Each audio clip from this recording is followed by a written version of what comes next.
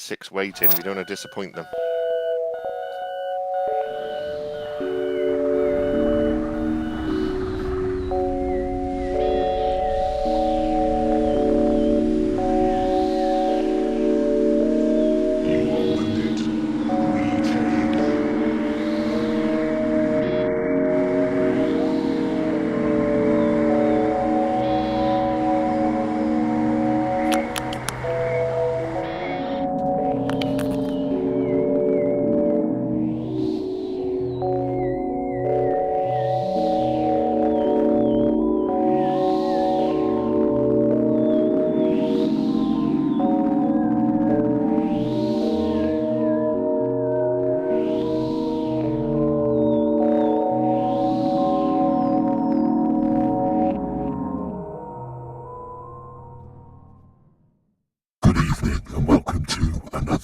Fortean words.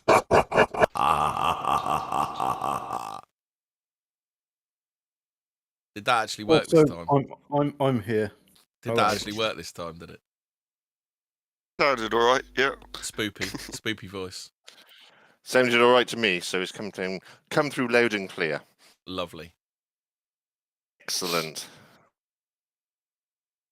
Right. So, hold on. I'm just spreading some links around. Spreading the love. What are you using? Cool Mist or Africa? I actually prefer links black. Yeah. But I'm having to use gold because I can't find any links black at the moment. Not Voodoo or Java. No, definitely not Apollo. Apollo smells like shit, doesn't it? Yeah. I like Africa. Africa.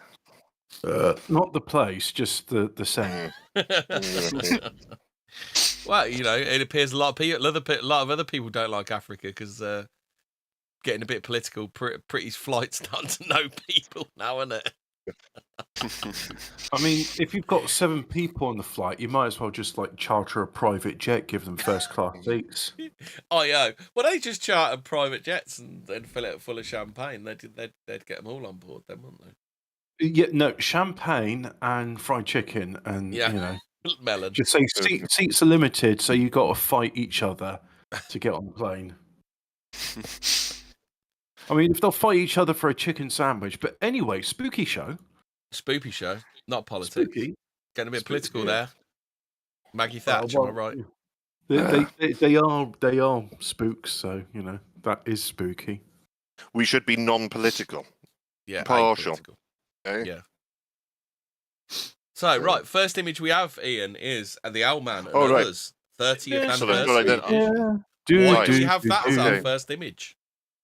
Well, let's kick off then with this. Then let's start early. We've got quite a lot to cover tonight, so let's not dick around too much. Let's get on with it. Yeah. So, okay then. You have to be fucking insane to go on holiday abroad at the moment. So this year, I decided to vacation in the UK, and we're better to take a trip than Scotland, and more specifically, shores of Loch Ness. Is there something you particularly like about being eaten alive by midges? Is there? Is that a pleasurable holiday for you, being eaten alive by midges? Well, if I can combine the Fortean investigation with it, then I'll no pain, no gains. So yeah. Did you find plenty of midges? Did you? Well, we'll find out. Won't derogatory word for Scotsman.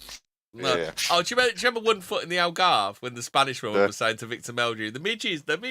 He went in there with the fly spray that was midgets. Yeah. Apparently you're not allowed to say midget anymore. It's like saying the N-word. Yeah, you've got to say small insect, isn't it? Gravity attracted persons. Yeah. You're not allowed to say retard anymore, and you have to call them dribbling thicko dunderhead. I think Spackers is still okay, isn't it? Spackers is okay here, but in America, in America, Spackers and Oriental is considered a slur. Yeah. So Yanks are done. Anyway, back to this though. So I combined my holiday this year with Fortean investigation. So in April, I set off from Reading, where I live, to the Highlands of Scotland to investigate the mystery of Loch Ness. My journey began on the outskirts of Reading. Alaska. And why is that? No, Alaska. Reading. Yeah. But why is that, you ask? So what we're going to do, let's look at the first photo there. Right, it's okay then. This is where it begins.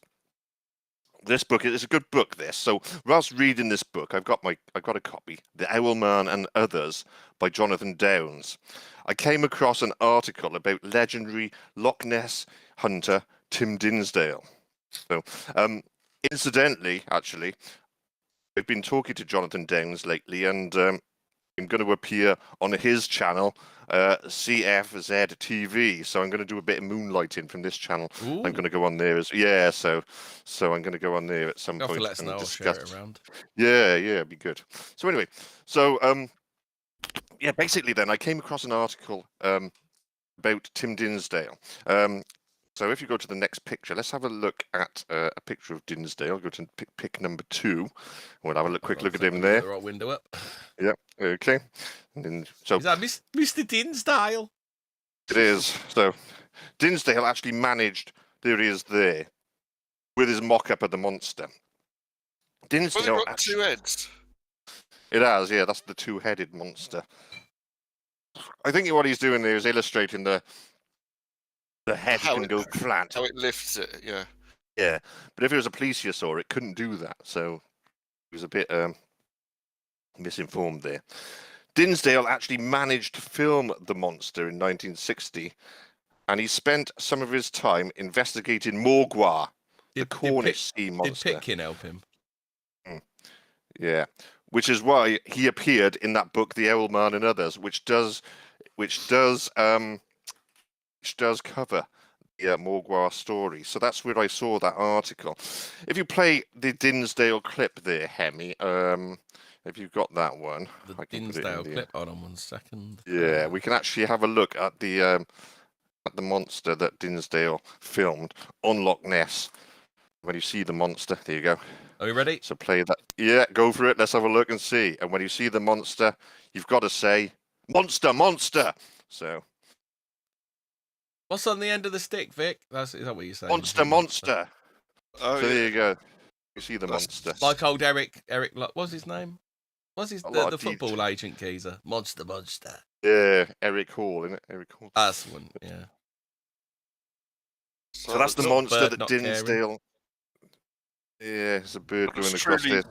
Pretty monstrous, that.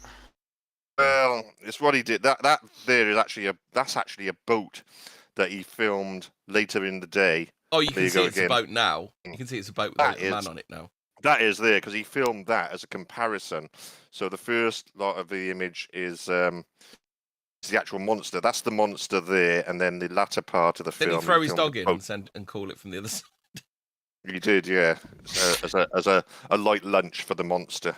Anyway, after shooting this film, Dinsdale's life changed forever, and he gave up his career as an aeronautical engineer to become a full-time monster hunter. To be fair, he does look more like a regional manager for a. He does, yeah. Anyway, Dinsdale died in 1987 and never managed to film the monster for a second time. The general explanation as to what Dinsdale filmed is that it was a boat under bad lighting conditions, though Dinsdale was adamant that what he saw on the loch was the back of a huge creature. All right, okay. Got off on a bit of a tangent there. Back to the article. Whilst reading the article, I noticed Dinsdale's address appeared for anyone to contact him if they had any information about aquatic beasts.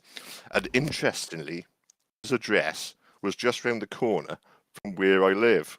Ooh. I thought I'd nip around there and have a look to see what I can find.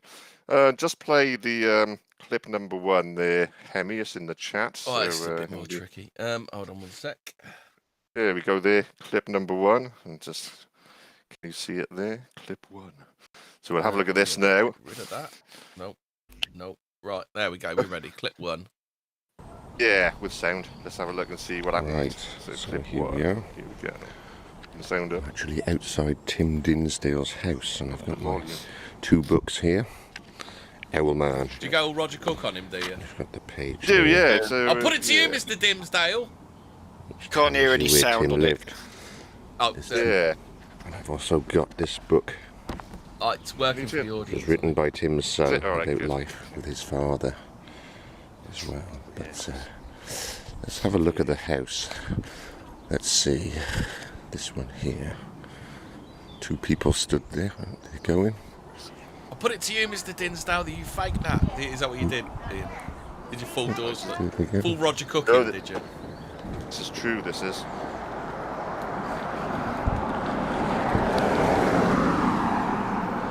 So it's actually that house there. Can't believe we're seeing real life footage let's have of a look. England. I mean, like if you Yanks would be looking at this like, but where's all the people saying if you got a license for that, and the wonky teeth and the bobbies with the helmet that sticks up like a booby. Yeah. You know, So it's this Hollywood house. lied to us. This That's is where Tim England. lived. In Reading. And No apparently, Fun Zone says, love the serial there's a killer shed in the vibes, but back it should have garden. been filmed on VHS though. where Tim did his research, and his family called it Nutter's Nook. Because they thought Tim was a bit of a nutter because of his hobby. I think. Shall we go and have a Do look we know in was the garage there originally? and Does that look like ask? an extension there? I'll find out. Have a look. And we'll see what we can. That's where he lived. You getting your willy out, are you? Let's just see. Damn, yeah. That's the best way to attract attention. Wonder if there's anyone in. Is it going to be worth risking? Let's see. Have a look and see. Some old lady came out with a broom to shoot you off.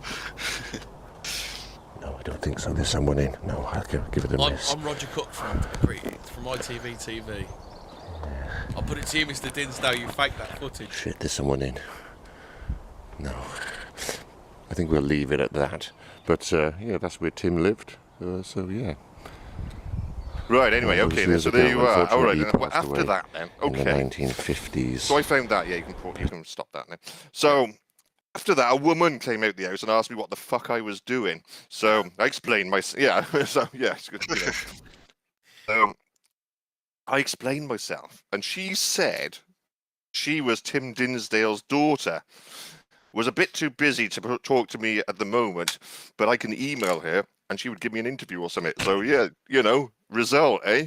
Could you believe that after all this time? That is, yeah. So that was interesting that the Dinsdale family still lived there. So yeah. Anyway, so I emailed her, and she replied with the following. This is what she said to me. So, dear Ian. Many thanks for your email. I'm glad to know that you have an interest in Loch Ness, as it remains an intriguing place with quite a story. Thank you also for your interest in my father's work and for the invitation to talk with you for your programme. I will, however, politely decline, as it's not something that I or other family members are interested in doing. Wish you good luck in your continued research and good hunting in the cryptozoological word. Kind regards, Dawn. So, yeah. So, She fit was though. like, For well, the you best. know. I mean, we wouldn't want to bring her family into disrepute. We're like, well, are you aware that they use the rate? I'm not going to use that word just yet. Give it another 50 minutes. Well, anyway, I was that buggered then. And it's a shame, really, because what she said isn't strictly true, because her fucking brother has written a book on the subject and appears on podcasts. And in fact, both of her brothers do public speaking on the subject, and no doubt for a fee. So, bit disappointing that, but Yeah, you obviously anyway. weren't offering enough money, Ian. Money talks. Yeah, I'm not going to pay him, Money just talks 10 and minutes, bullshit walks. 10 minutes, that's all I wanted, just get onto a, Teams chat. Yeah, that's fine. I'll send you some chocolates or whatever, but, don't talk shit to me. No, That's all I say. just go and send some dog shit through a letterbox or something. Yeah. No, I feel like it sometimes, but anyway, I'm not gonna go back there. Send Anyway, me a used boxer shorts. it's still interesting, isn't it, that we found the house anyway? At least it was got Yeah. that right. But anyway, all right, that's just a little bit to introduce it. So now we're going to actually get on the journey itself. So let's go. So after a long journey of the M40, M6, M74, and A5, we arrived at our destination. The How long did it shores take of you? Was Loch it Ness. 8 hours? 8 hours longer? Took about 6 to 7. I think we did actually do it in That's good not too- time. Left that's about pretty good time. left about 5 in the left about 5 in the morning. Pretty much floored it. So go to pick number 3 there. We'll just have a quick look at the site that met us when we Fort arrived. Augustus. Yeah, there we go, Fort Augustus, and so there we go. That's the view that we had when we arrived. I can't see any monster in the background. Right. Go to the next picture. Let's have a look at the pick number 4. See what we got there. To the next one. Is that where you stayed? Was it? That's where I stayed. The cabin on the shores of Loch Ness. Very nice. Is very that nice. is that your chick there? Is it? Yeah. Oh yeah. So it is. Yeah. So yeah. So that's what. That's where we stayed. Very nice cabin. Very rural. So did that. What was the view then? Was it on like a campsite-y thing or? Kind of, yeah, but it wasn't far from the shore, so we could, and we were in Fort Augustus, which is quite like a small village, but there's plenty of pubs, restaurants there, and also it's on the shore of the Loch. Have a look at the view. Go to the next image. We'll have a quick look at the next image and see. That's the view. Did you of go the in, Loch. or were you too scared in, or were you just more scared of getting hypothermia? I was more scared of getting attacked by the beast. Yeah. So so still no monster at this stage, but 1 second, I think.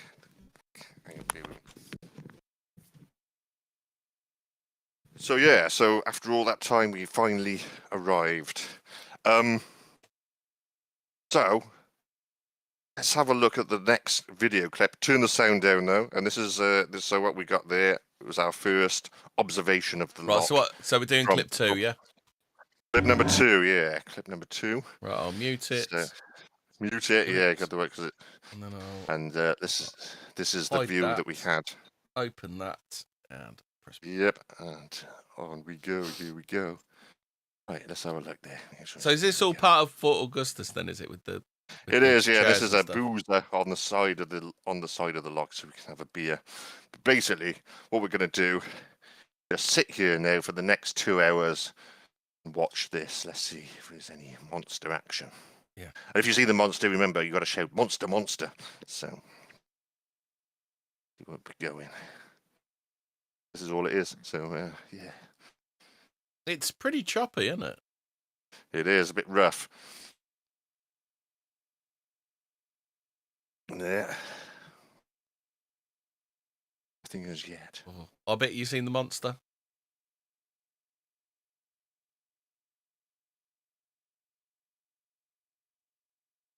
Was a bit gone. Oh, he's gone. Yeah, so Bird. I just saw a bird. a fair size. But so obviously plenty of space for a monster to hide in there. So yeah. I think we're almost. And also plenty of mist at the back there. Yeah. Is it long? Because it doesn't look very wide. 20. I think it's 26 miles long, about a mile wide. So. Oh, right. Out of the way. Slashes Scotland in 2. That's kind of sausage shaped. No, got that. Yeah. Pretty good. So all right then. So that was what happened after we arrived. So no monsters yet, but my mission was to find the locations of some of the classic Nessie photos and sightings and give a bit of background into these events and not rule out, of course, having a sighting of my own. Catch it on film and make $1 million. That was the idea. So without further ado, let's begin with the first location. So my first port of call was to locate the site of the famous Lachlan Stewart photo. I know you're a bit of a Nessie, so have you actually mapped all these out and you know where they all are roughly? Roughly. Yeah. Exactly. And we're going to find, exactly. and we're going to, yeah, exactly. So, amongst other things, on Saturday the 14th of July, 1951, Lachlan Stewart, a woodsman who worked for the Forestry Commission, had arisen about 6:30 a.m. to milk his cow on the croft where he and his family occupied, about 100 feet above Loch Ness at Whitefield, which is opposite Urquhart Castle. He glanced out of the window of his cottage and saw something large moving out in the loch. Calling out to his friend, Mr. Hay, was staying at the cottage, Stewart grabbed his box camera and the two men ran down to the shore. They were met with the sight of a huge creature displaying 3 separate triangular humps with water showing between each. It moved at a fair speed as it passed within 50 yards of the shore. It was then that Stewart snapped his now famous photo. So let's have a look at what Stewart caught on camera. Let's put the next picture there, picture 6 up, please, Hemi. Quite a famous photo there. So we can see there. You've forgotten monster. So we can see them. Whoa! Back. This is the back one. Yeah. So basically, there's the famous shot. So in the three humped creature there. So yeah. Shortly after the incident, Richard Freer met Lachlan Stewart with a view to buying a horse. Stewart took Freer down to the loch side where he had taken the photo, and he concealed in the foliage, and showed him in the foliage there were 3 bales of hay and some strips of tarpaulin. Stewart said that these were the humps that he had photographed, and he seemed quite proud of his joke. So the 3 bales of hay covered in tarpaulin was how that Stewart had in fact faked the photo. Apart from the fact the humps were strangely triangular and could well be partly submerged bales of hay, was Stewart also dropping a hint that as to what they were when he claimed that his witness was also called Mr. Hay. So yeah, so obviously, yeah, you see, so maybe he's hiding in plain sight there. Anyway, my research took me to the location of this photo, which was in Whitefield on the south shore of the Loch, opposite Urquhart Bay. So if you go into clip number 3 there, please, Hemi, we can actually see. Yep. You can see where I went that day to find the clip. Hey, the clip. Go for it. Clip number 3. Let's go for it.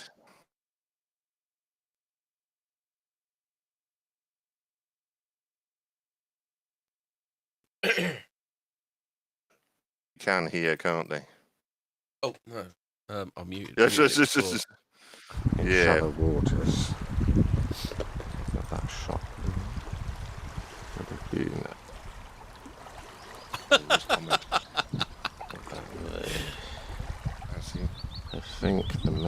I think you're a bit too far to the left, aren't you? Change much in the background. It's a bit more Pretty to much the right, there, isn't it, in the picture, yeah. That deserves a BAFTA. There's the 3 hump. Look at this, look, It is the editing technique, Stewart look at this, look. Must have been very near this location. As it turned out, David Attenborough, he'd actually faked the photo with bales of hay, which he probably discarded somewhere around here in these bushes after making the photo. Back to the shot though. There's the shot there.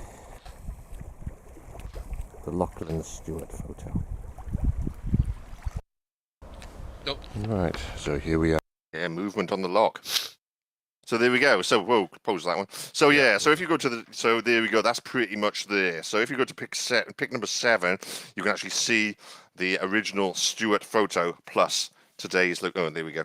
And Look at that's that, my own. That's my own. CGI. That's my own. Look at this. It's like watching the redone Star Wars film again, isn't it? Yeah. So there you have it. So yeah, so that was basically the Lachlan Stewart photo. Mission accomplished, and he had a bit of fun there with that there. So yeah, found the location. Pretty much matched the mountains as they were. So all right then, fair enough. Let's move on then to the next piece of Loch Ness history that I retraced. So let's go for this one.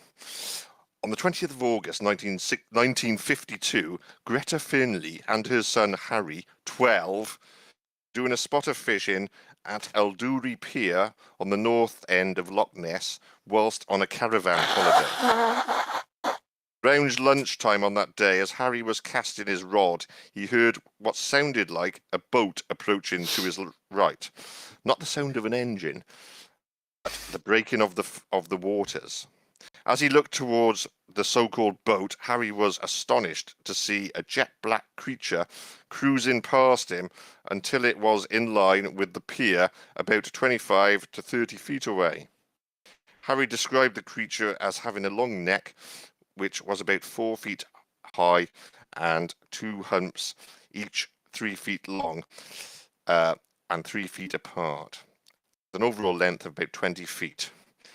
Head was not much wider than the neck, and there were 2 curious projections that protruded from it, but he could not see any discernible features such as a mouth, nostrils, or ears. Go to the next picture there, picture number 9, please, and we'll see what Harry actually saw. Yeah, it's a sketch of the I remember monster. this one, yeah. Yeah, so there you go. That's what you saw in the water.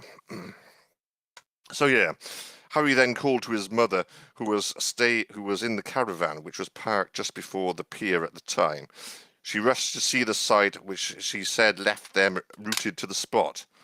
The creature then swam off southwards towards the main body of the loch before submerging in a heavy surge of water that broke upon the shore. During the sighting, which lasted for about a minute or two, Harry did get his camera to capture a photo of the beast, but being an old-style box camera which required you to look down the viewfinder before snapping, he struggled to operate it in his excitement. His mother took over the camera, but she also failed to take a photo of the monster before it disappeared beneath the waves. Skeptics have suggested that Harry and his mother had actually seen a deer swimming in the loch, not the monster. This explanation is mainly due to the horns that projected from the monster's head. The witnesses have always rejected this explanation and were sure that what they saw that fateful day was definitely not a deer. So, okay then.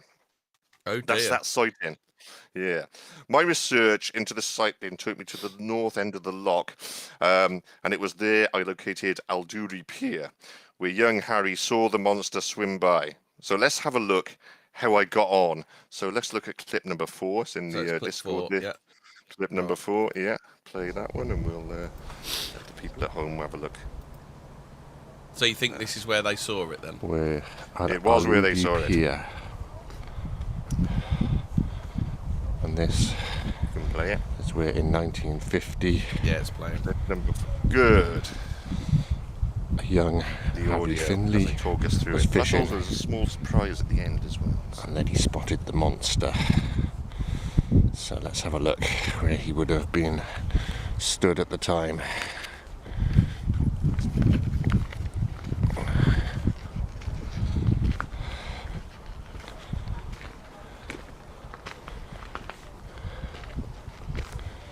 It was quite a close sighting.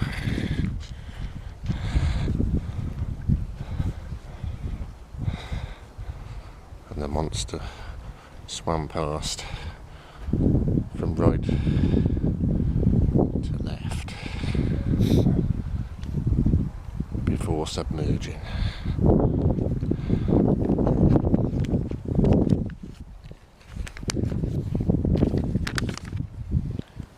And that's what he drew.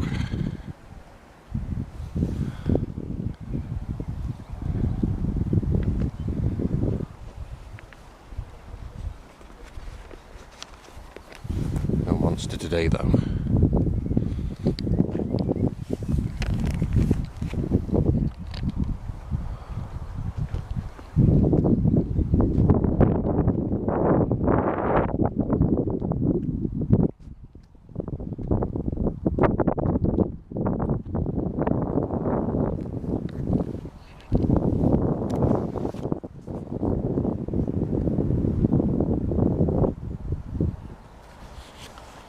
There you you have it, Aldori Pier sighting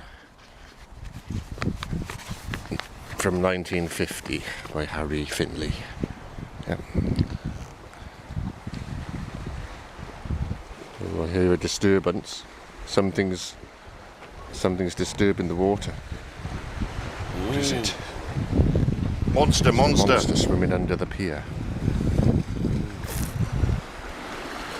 Strange, eh?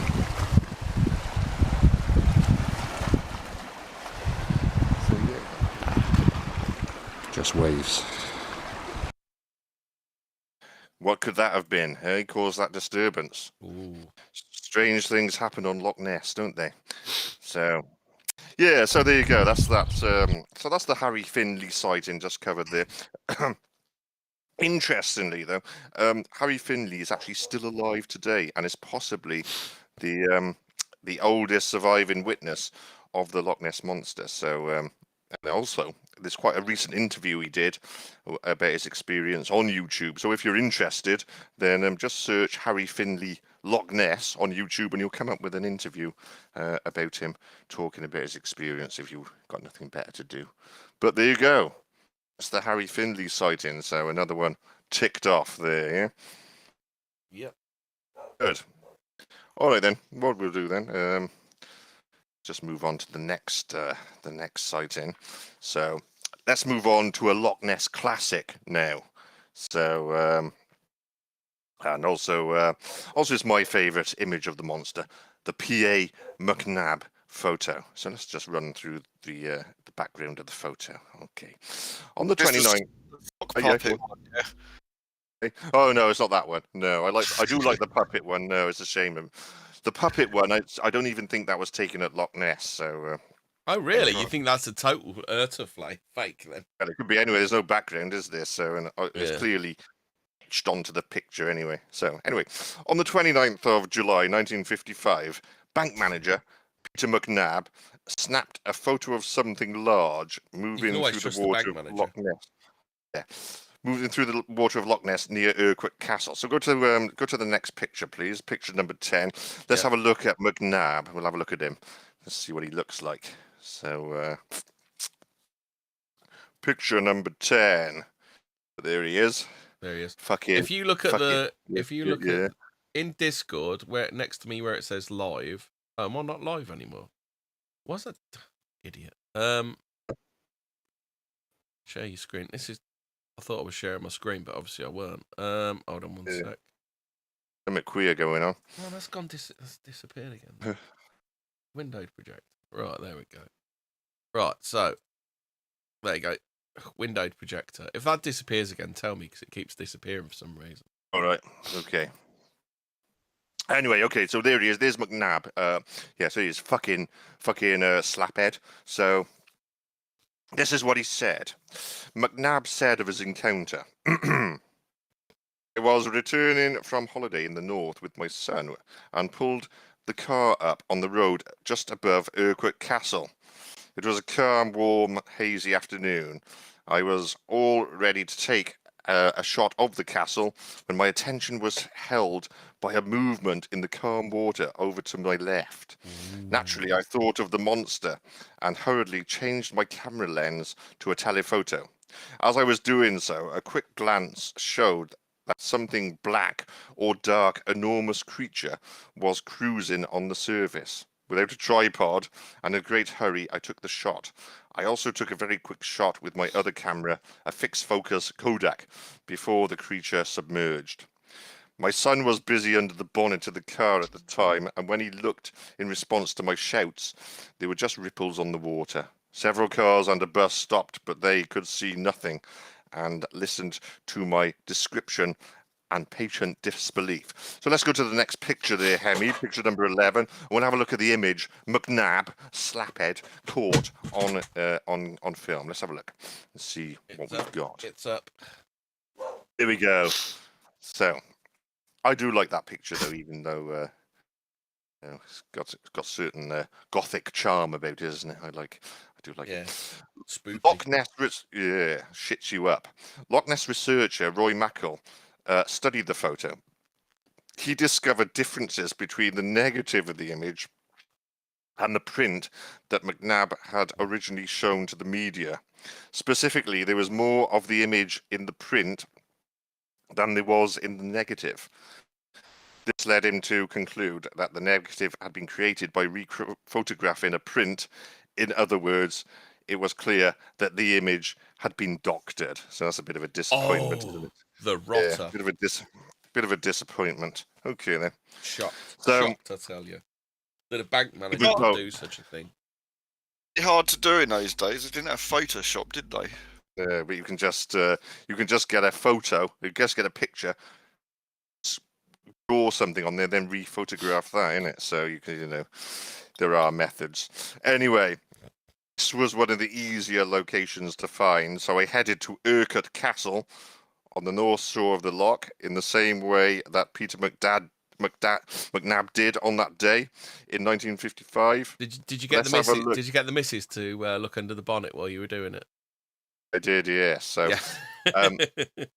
if you can play clip number 5 there, Hemi, we'll have a look and see how I got on. We'll have a look at this now.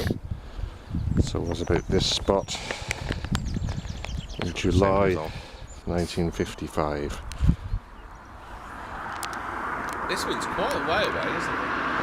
Right. It is, but I do I think it was a bit further down the hill. I don't think you can get that far down these days. P.A. Maybe it's McNabb. those Okay. days, yeah, Saw but- something So the lying layout here was is probably liquid. different back then. breaking the a little bit. surface yeah, just by the pretty tower much. of Urquhart The Castle. easier access to Zoomed in to there.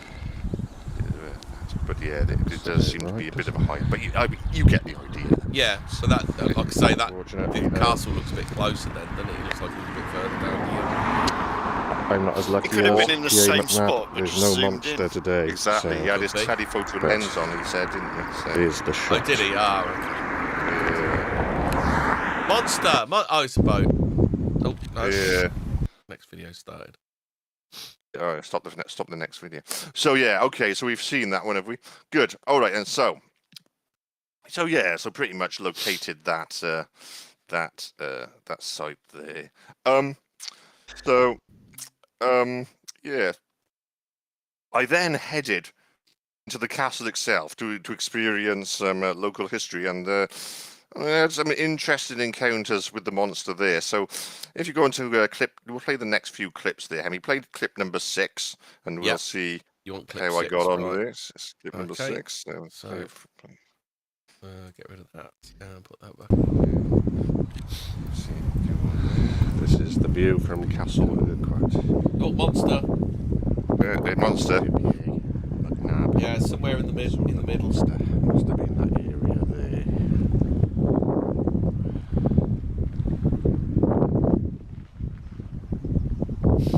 This is the castle.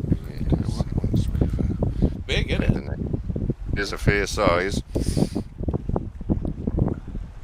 So did it used to be a bigger castle and it all fell down? Or was that all there ever was? Did, as usual. Most castles are, though, aren't they? Most castles have been trashed at some point.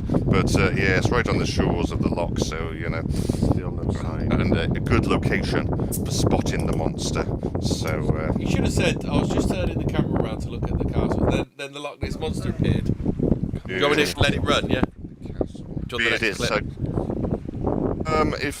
is that one almost finished? Yeah, play the next clip number 7. This is interesting what I found here. Look at this. With Seems to sound. have been flattened by something. Grass has been flattened. So something big, What's gone on there?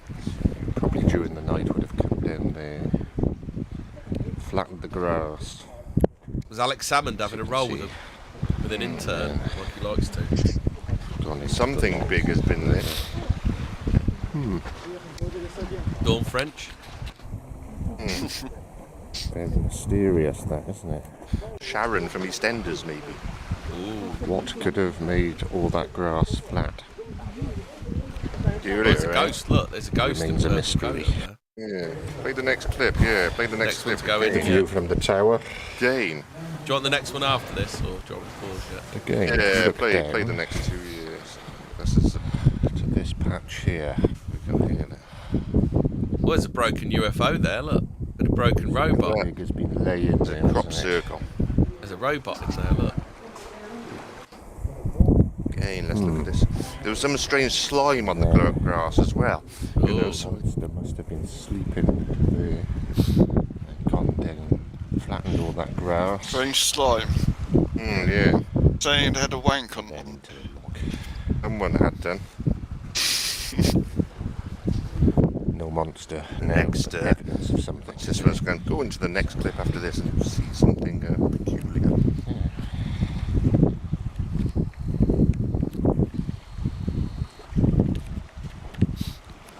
Very unusual.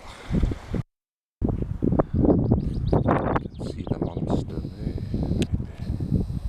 There's the monster. Oh, you've seen the monster?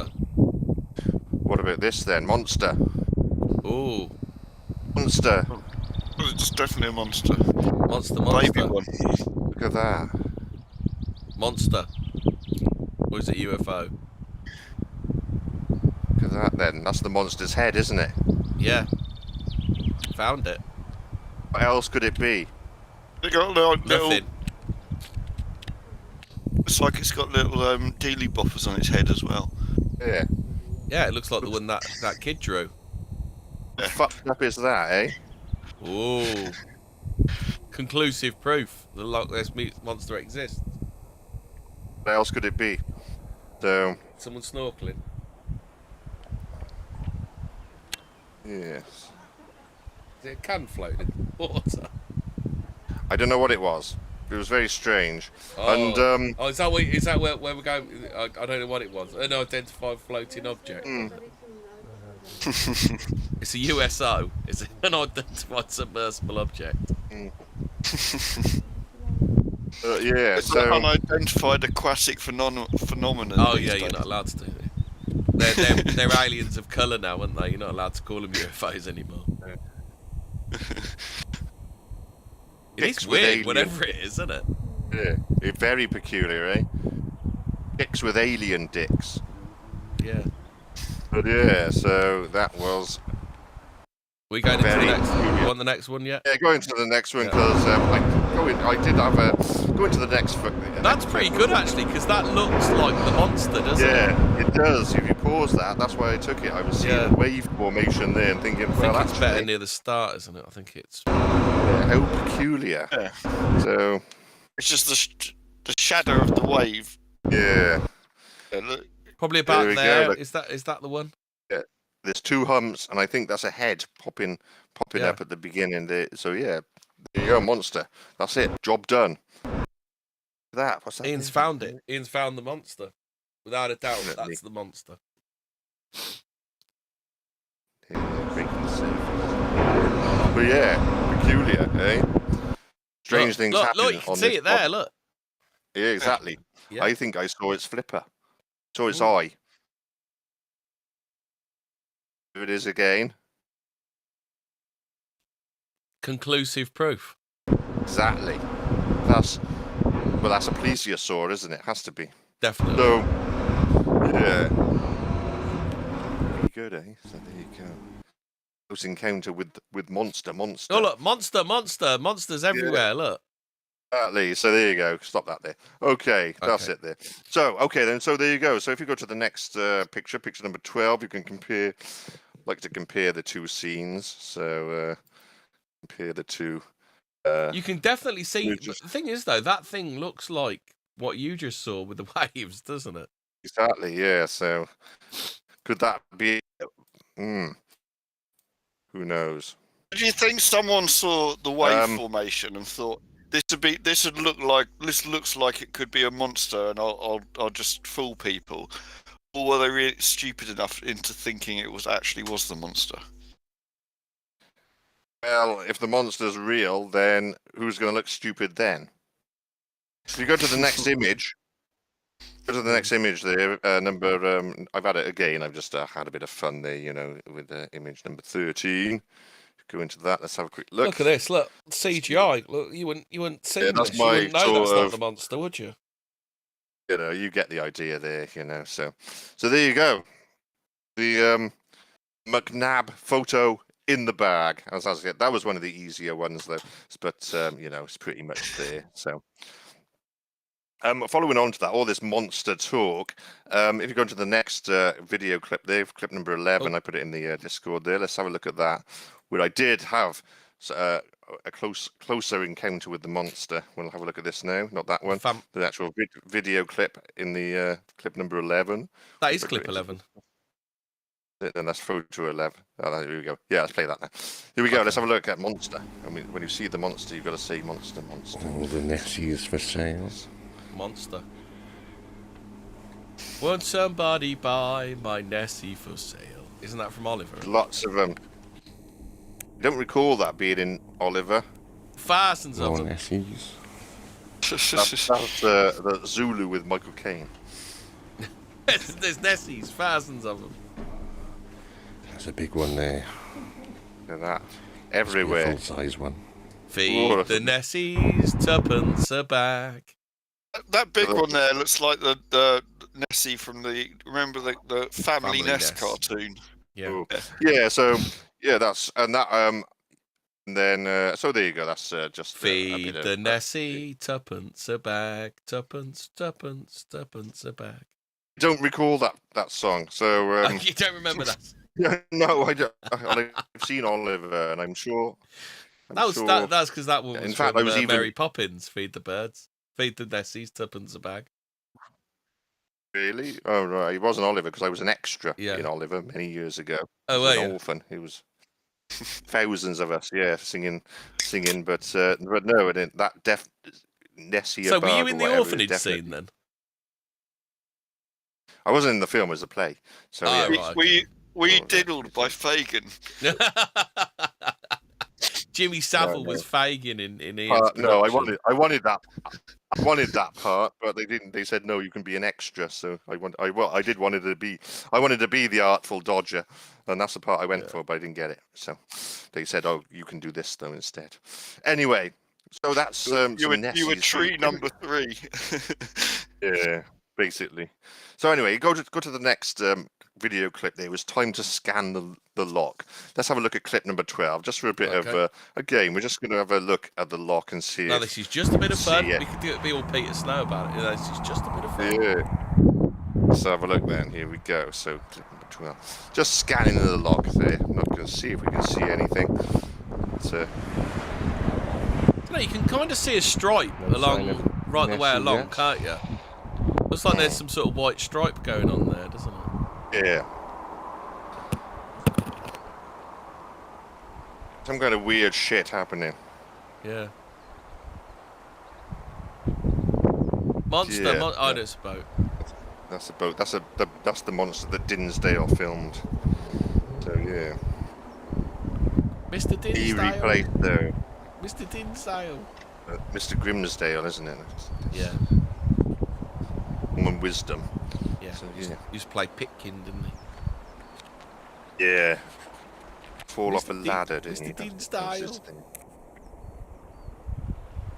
Mr. Dinsdale, I found the Loch Ness monster. Can you see it?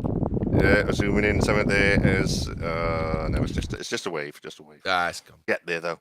We'll Yeah, fuck it.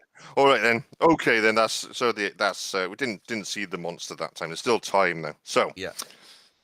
So after that, it was time to move on to the next location, which was the famous H.L. Cockerell photograph. So let's have a look at that. A bit of background. Here we go. There. So yeah. That's the one there. Look at that then. What the fuck is that? So a wave again, isn't it?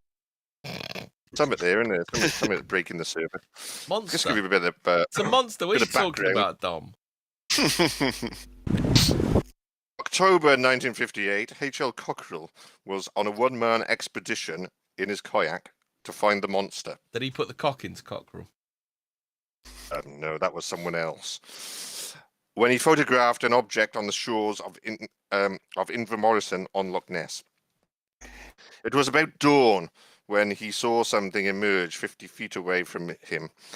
He said it had a flat head and was low in the water, about 4 or 5 feet long and wide. Was it Fisher? Was it Fisher from Home and Away? Because they used to call him Flathead, didn't they? We'll find out, won't we? About 3 feet astern of this, he noticed another thin line very low in the water. He was convinced that it was the head and back of a huge creature. Cockerell approached whatever it was in the water, and it turned to face him. He then took a photo of the object before he moved towards it, and we can see that there. So, yeah. So yeah, that's it facing him, is it? Well, yeah, apparently. So, the object then appeared to sink, but Cockerell could still see something on the surface. It remained motionless as Cockerell moved towards it, only to find that it was a long stick, about 1 inch thick.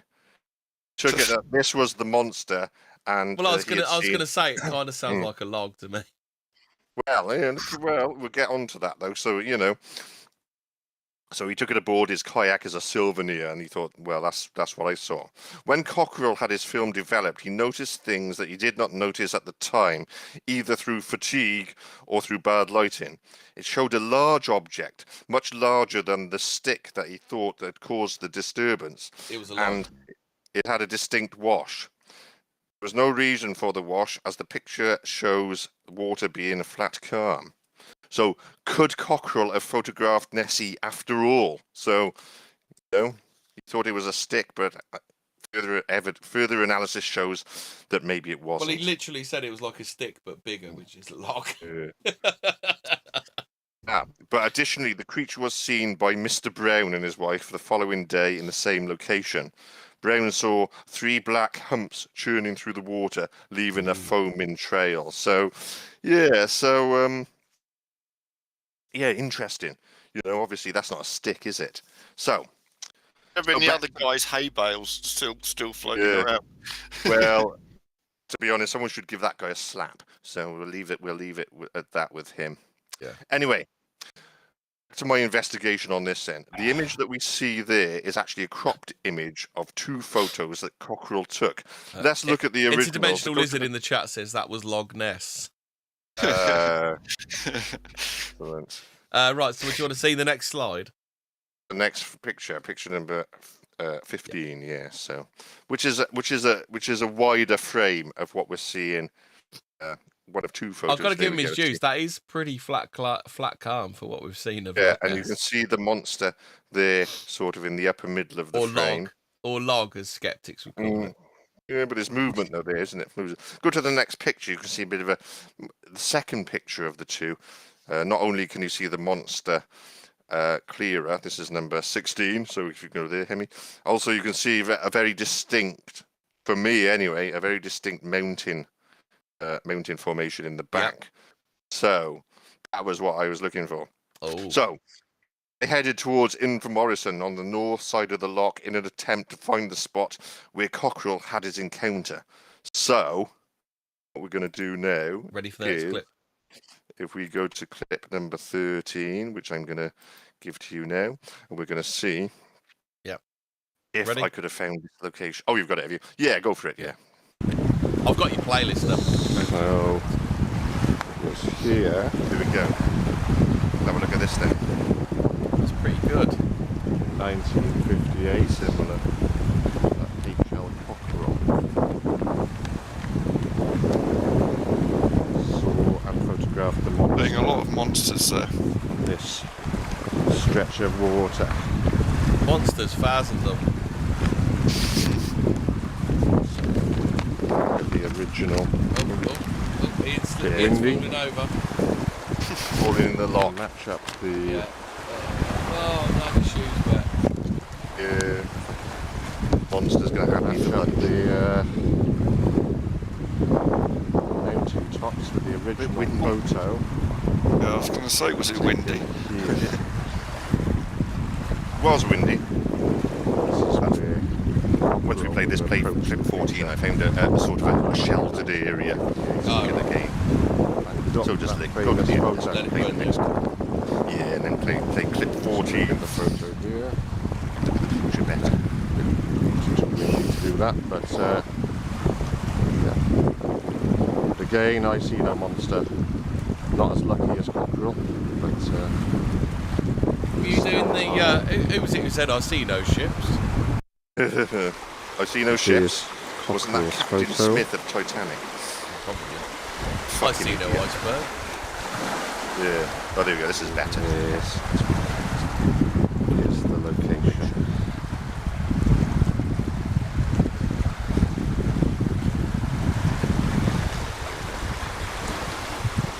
There you have it. The cockerel. He was on a bit nicer day than you were on, weren't he?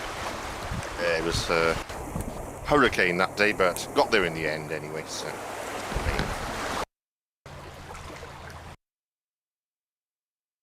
Do you want the next one? Go to picture number 17, and we'll look Pictures. at. I've done the next same slide, thing. Yeah. Yeah, the comparison of the locations, so we can look at the two yesteryear when the monster was present and today. So not that the next one's number 17. There we go. So that's roughly right, isn't it? You can see the formation. Hello, I'm still here. I just wanted to contribute that. I bet it hasn't been taken by the monster. He loves the monster. I've been taken by the monster of sunburn, so I've got some sun cream in my lunch bag for tomorrow. Pretty good. Yeah. So go to the next picture there, please, Hemi, picture number 18, and we can actually have a look at my own effort of the... There we go, the CGI'd version. Cockerel photo. Have a look at that. So, yeah, that was the... There we go there. You get the idea. So, that's roughly what it was. So, yeah, good stuff. The cockerel location done. So, what we'll do is move on. It's like a Guinness turd. Yeah, it is a bit of a... Anyway, all right, what we'll do is move on to the next bit of Loch Ness history, which I recreated. So what we'll do is move on to a famous sighting of the monster made by a guy called Turquil MacLeod. So, in February 1960, Turquil MacLeod was looking across the southern end of the loch when he sighted the monster partially ashore, with its tail trailing off into the water on the bank on the opposite side of the loch, in an area which is called Horseshoe Crag, due to the horseshoe-like formation made by the rocks on the loch side. MacLeod observed the creature through binoculars and estimated it to be huge, perhaps 60 feet long. He said the following of his experience. Upon turning my glasses on the moving object, I saw a large grey-black mass. I'm inclined to think the skin was wet and dry in patches. In the front, there was what looked like to be an outsized elephant's trunk. Paddles were visible on both sides, but only at what I presumed was the rear end, and it was this end which tapered off into the water. The animal was on a steep slope, and taking its backbone as an approximate straight line, was indicated to be about 15 to 20 degrees out of my line of sight. The trunk being at the top, the left, and the tail at the bottom to the right in the water. Oh, an oversized elephant's trunk, so it's a whale's penis, wasn't it? That would be the neck. The neck of the plesiosaur, I would think, is what would be interpreted as. For about 8 to 9 minutes, the animal remained quite still, but for its trunk, I assumed head, but could not see a head as such, which occasionally moved from side to side with a slight up and down motion, just like a snake about to strike, but was quite slow. It was, to my mind, obviously scanning the shores of the loch in each direction. In the end, it made a half jump, half lurch to the left, its trunk coming right around until it was facing me. Then it flopped into the water and apparently went straight down. So it must have been very a thing to the left and then a jump to the right and then a pelvic thrust. Yeah. By a was it doing the time warp? Is that what it was doing? Yeah. Anyway, as it turned, I saw a huge square-ended flipper to the forward, and big rear paddles or flippers. So if we go to the next picture there, Hemi, picture number 19, we can actually see an illustration of what MacLeod saw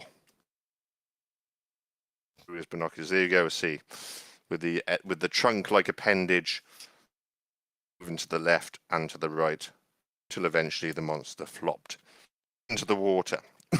So there we are. I made it my mission to locate Horseshoe Crag, so I headed to the north shore on the southern end of the loch. Let's see. Clip number 15, please, Hemi. How I got on. Let's have a look and see. Was it clip 15? Is it? Hold on one second. Number 15, here we go. Get rid of that. Let's have a look and see what here. There we what go. happens. We're going.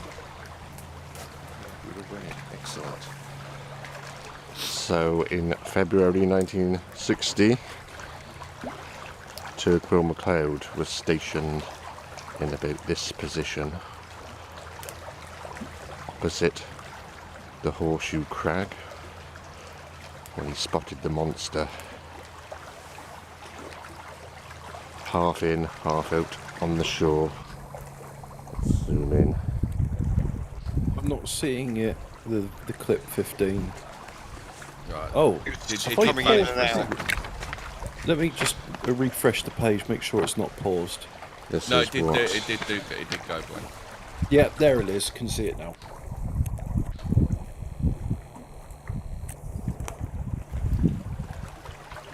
This is what MacLeod saw through his binoculars. The creature's long neck was moving from side to side. So, it's a sketch there. Usual And comparison. that's where he saw it. On the horseshoe. Let's zoom in and see if the monster is there today. Monster sat in the foreground. The black thing. The monster. Monster. No, nothing. No monster on the shore. What is that object there? No, that's not the A monster. Bigfoot. That's not the monster. That's So it just looks the like a bush. landslide or something. I thought that might have been the monster. MacLeod watched the monster for about 10 minutes, and then it flopped back into the water with a splash. So, there we go. That was Torquil MacLeod's sighting. So, Yeah, so he's no not as luck lucky there. today. I thought I could have seen the monster there because that's somewhere it would have hung out, but no such luck. So, but anyway, retrace the steps of Turquil MacLeod. Go to the next picture. Oh, pause that. Go to the next picture, please. Hemi, picture number Yeah, hold on. number 20. Let's have a look at this and see what we got. The next phase of the journey. You can just No, post wrong that one. That's the Dinsdale video, that one. You want picture number 20. Picture number 20. Next picture. Okay, yeah. That's right. There Yeah. we go. So, excellent. All right, good. So, in the summer of 1969, American inventor and submarine enthusiast Dan Scott Taylor arrived at Loch Ness with his one-man yellow submarine, Viperfish, in an attempt to find the monster. It has been said that it inspired the Beatles song of the same name. Taylor made about 45 submarine dives in the loch that summer, but didn't find the monster. During one of the dives, Taylor said that he felt a turn and saw a large cloud of dust rising. If you have a look But at with the a screen, Ian, I've actually found an updated version of Torquil MacLeod's description. Really? Yeah. Cool.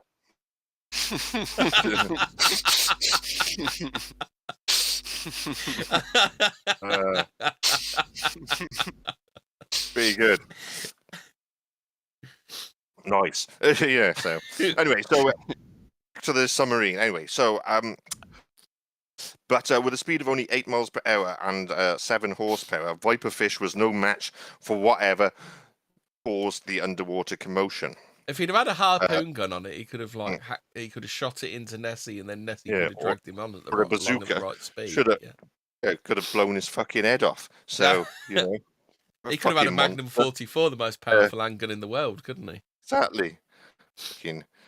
So anyway, whatever it was remained a Amateur mystery. hour.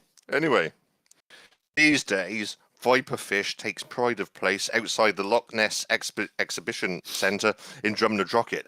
So I decided to pay Viperfish a visit. Go to clip number 16 there, Hemi. Let's have a look, and we can see how Viperfish is looking today. Nice. Up close. Yay, let's have a look then. Is that a pie?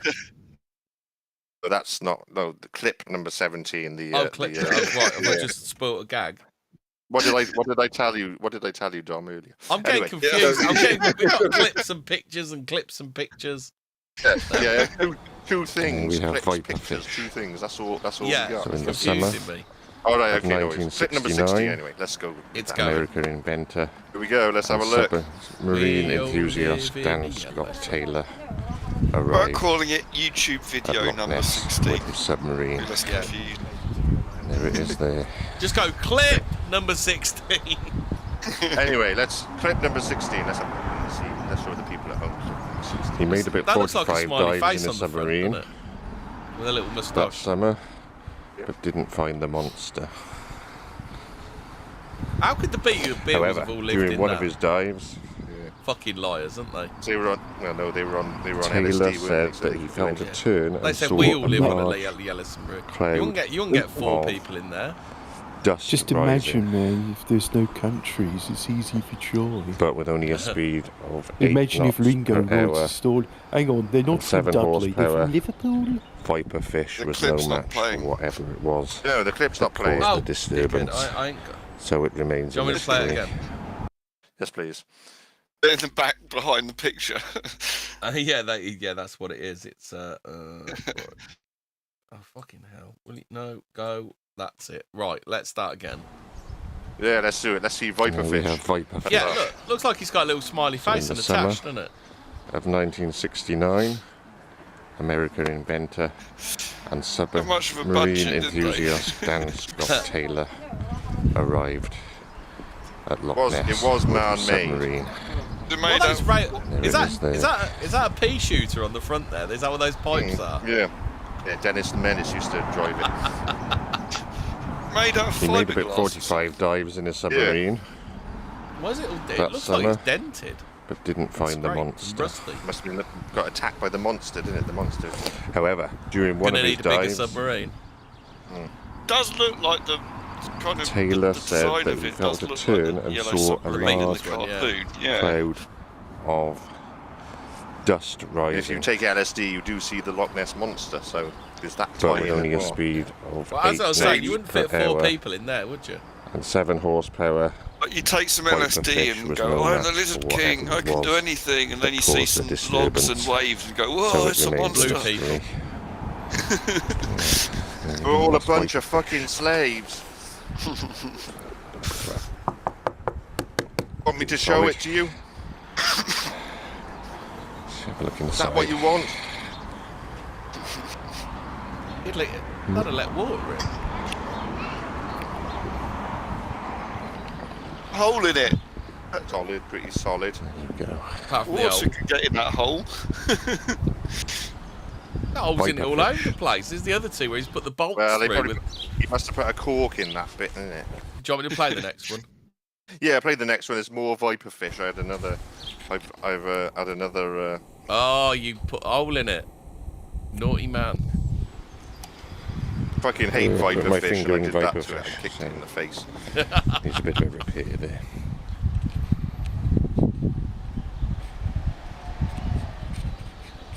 Yeah, that's not very good, is it? A viper's known for being slow. Then is that why it was called viper fish? Generally shit, wasn't it? So, Yeah.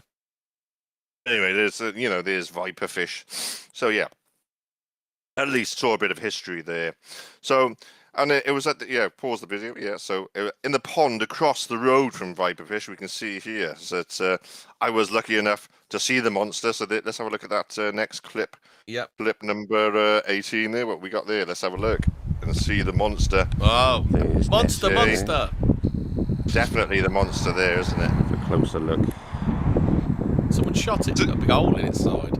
Yeah, exactly. I think it's. I actually saw that monster over What's it 20 made years out of? ago. It's tatty as fuck, isn't it? There's a touch of paint, but It used to be good, but I saw it 20 years ago. It was in good nick, but What is it? Fiberglass. There's Nessie.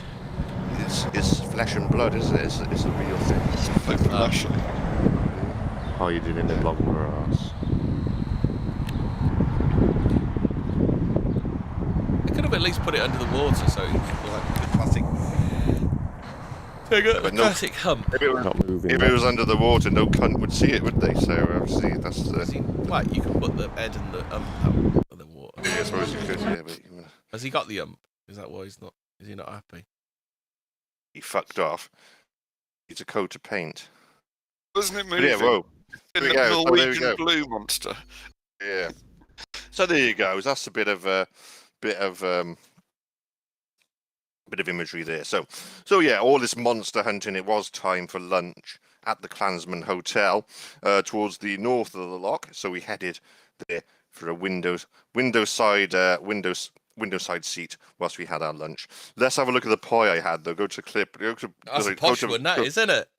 Go to picture number How 20. much is that? How big was 21. that? Is that like a proper dinner plate, or is it like a little tiny kid's plate? It was a fair size, but I was mainly impressed with the monster. Monster. Can you see the monster motif out of pastry? So that made it all worthwhile. So yeah, it's pretty good. What was in it? Monster, wasn't it? Bits of monster in it. Yeah. So yeah, monster and onion. So it was fucking disgusting, to be honest. Tatties and neeps. Yeah. Fucking neeps. What the fuck is a neep anyway? It's a turnip. Oh, is it? Yeah. Turnips. Very. It's not they are turnips. Anyway, so while stuffing my face, I gazed out at the Loch to see what I could see. Did you want any gravy, or were you just not offered any? I don't think it comes with it, and there's gravy within the pie, which sort of spews out over the chips and vegetables anyway. So, yeah. But anyway, play clip number 19. This is what the site of the Loch, and also there might be something interesting to see. So, clip number 19, if you will. Let's have a look.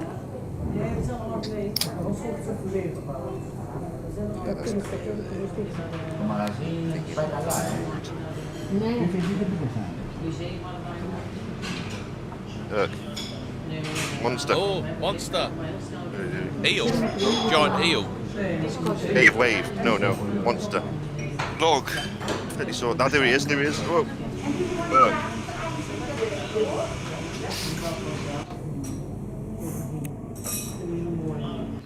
You saw the monster then, Ian? It is the monster, isn't it? Without doubt. Look, it has to be. There's no boats around. Two monsters.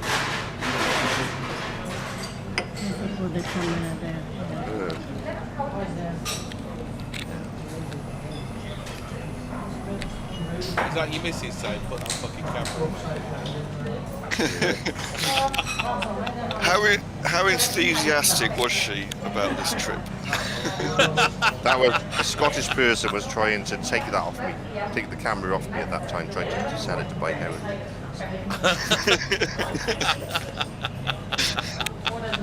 It's fixed. Well, that's what that was. I got it back.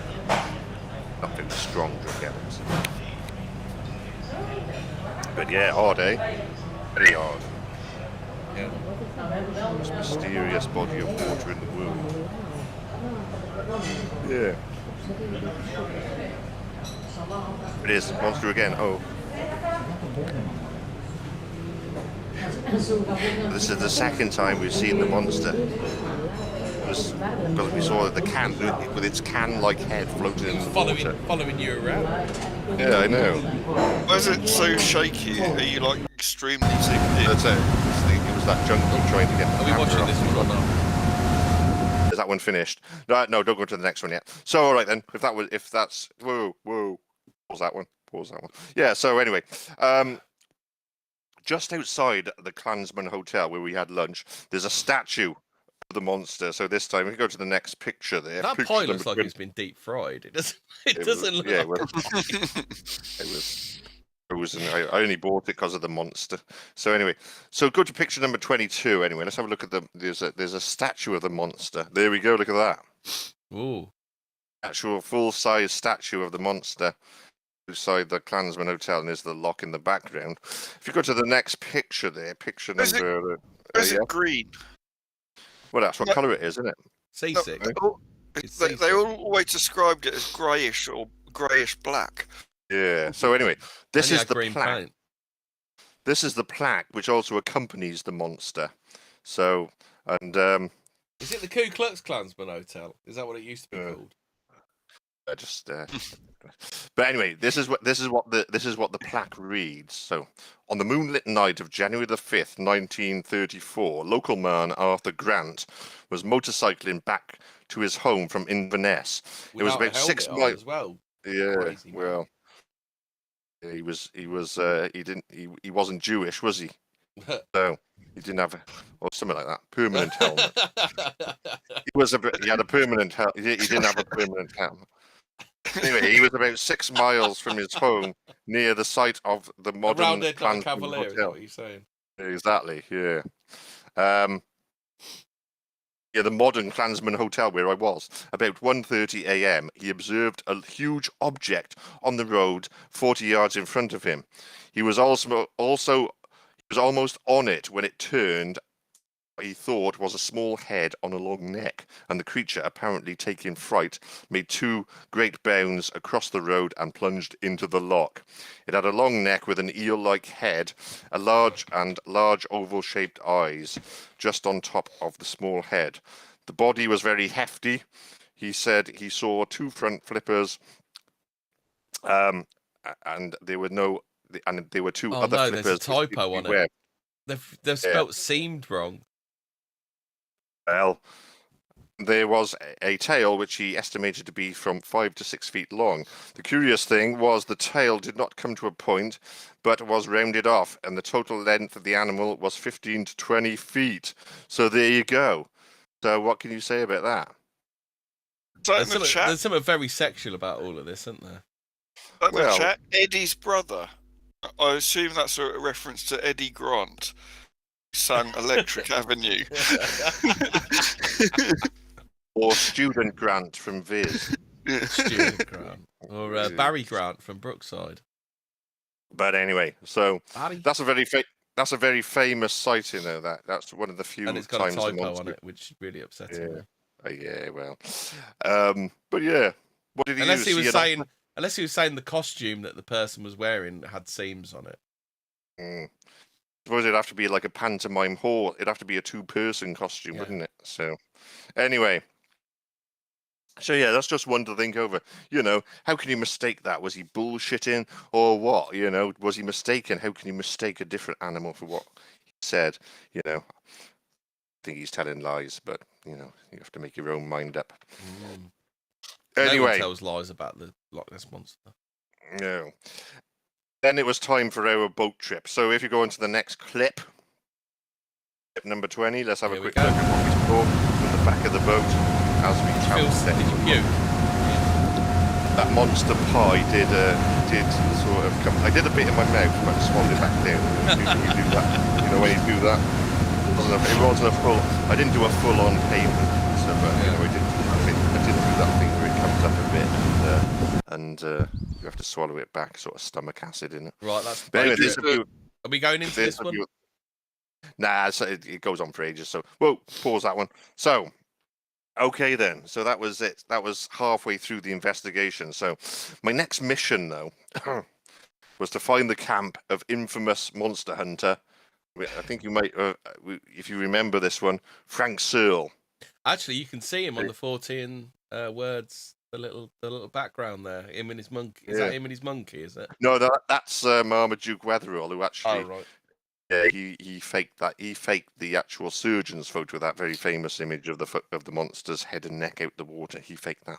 But anyway, okay then. So if you go to the next photo, please, which is picture number 24. Let's have a look at Frank Searle, who was probably the best.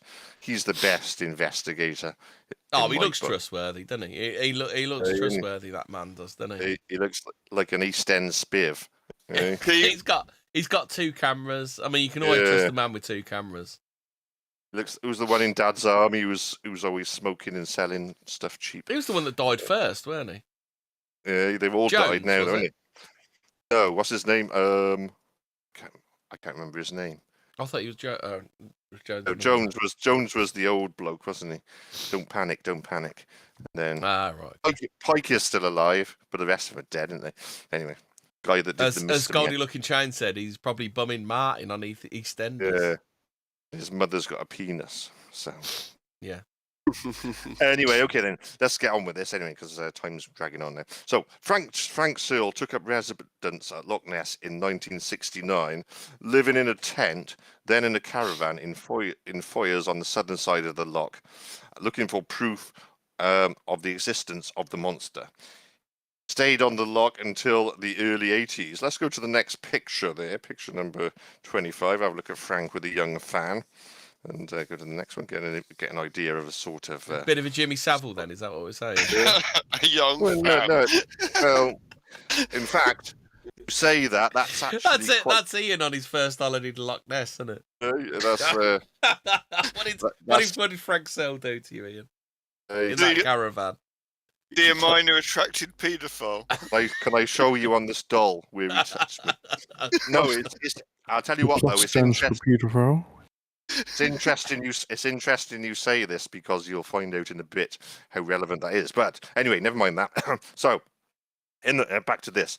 In the first 2 years of his investigation, Frank claimed to have had several sightings of the monster, but took no photos.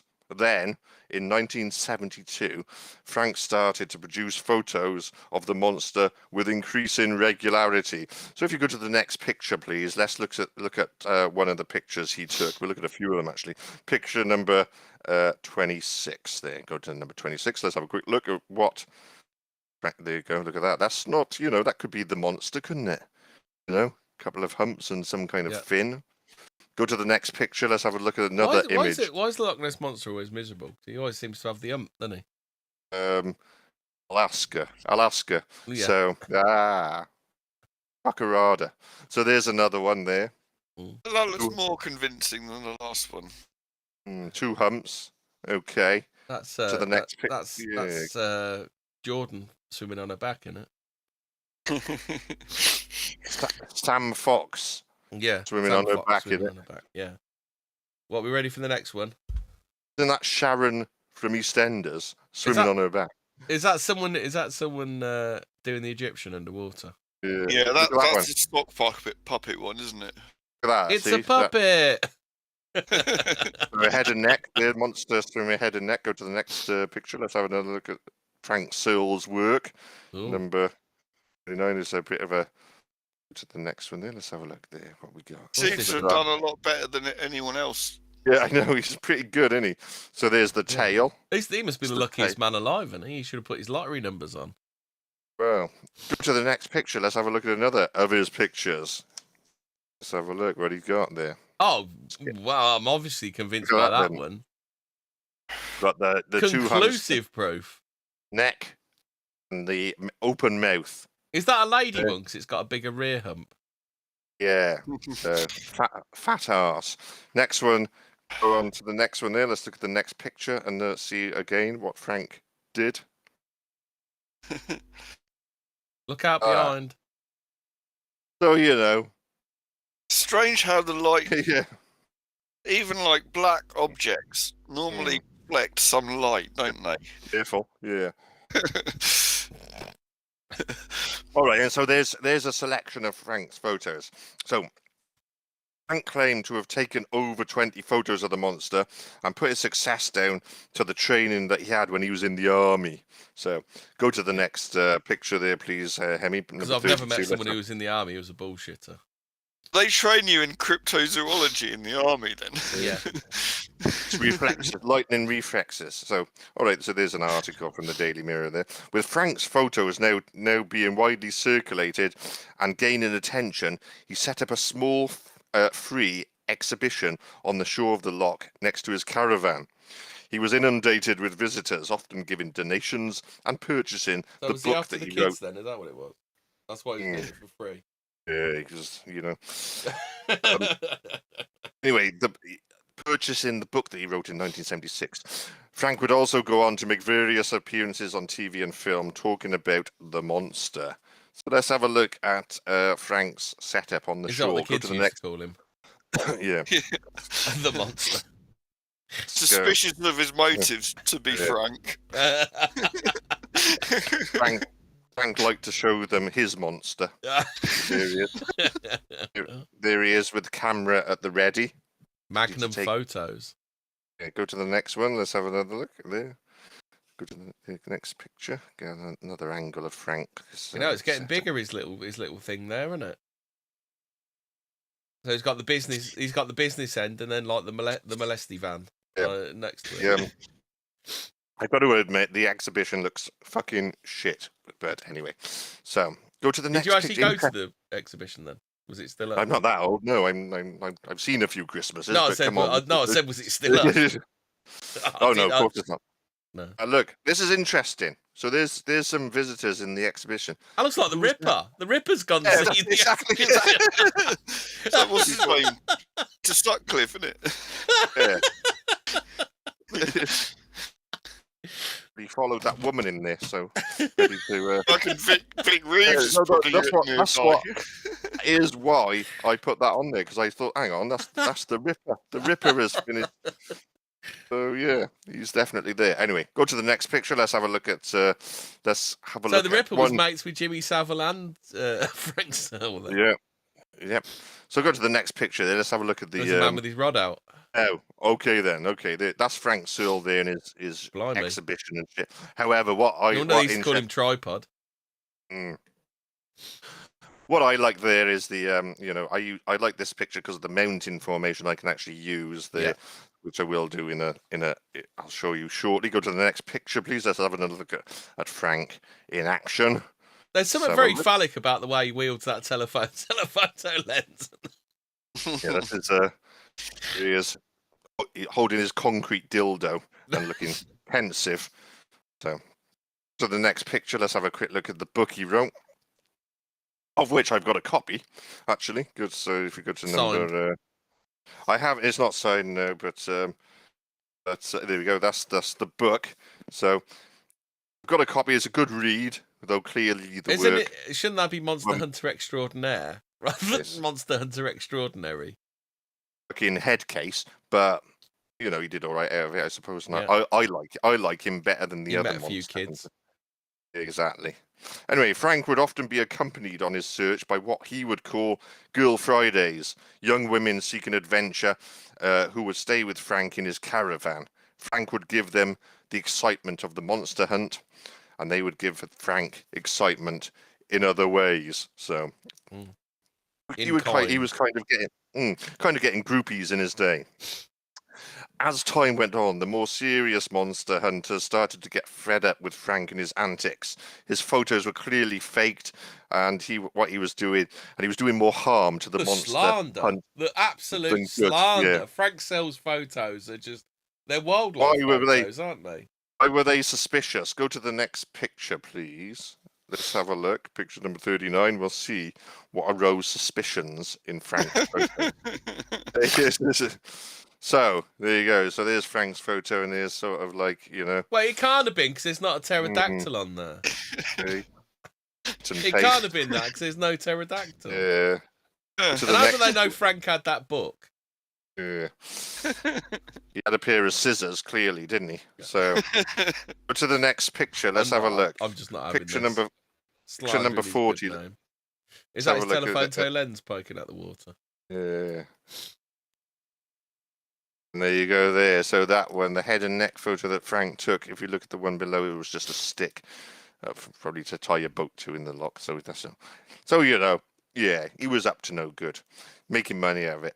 Anyway, described as a colourful and controversial character, Frank often clashed with other investigators and is now widely recognised as a serial hoaxer.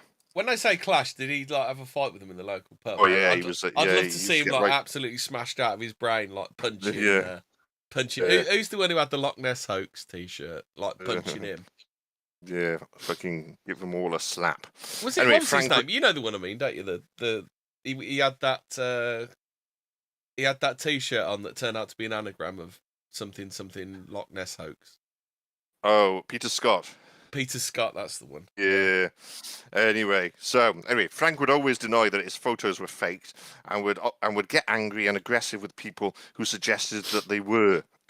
He made death threats to other investigators, and even pulled a knife out when a reporter questioned the validity of his photos. What a lad! You don't get characters like that anymore down Loch Ness. Well, you probably do.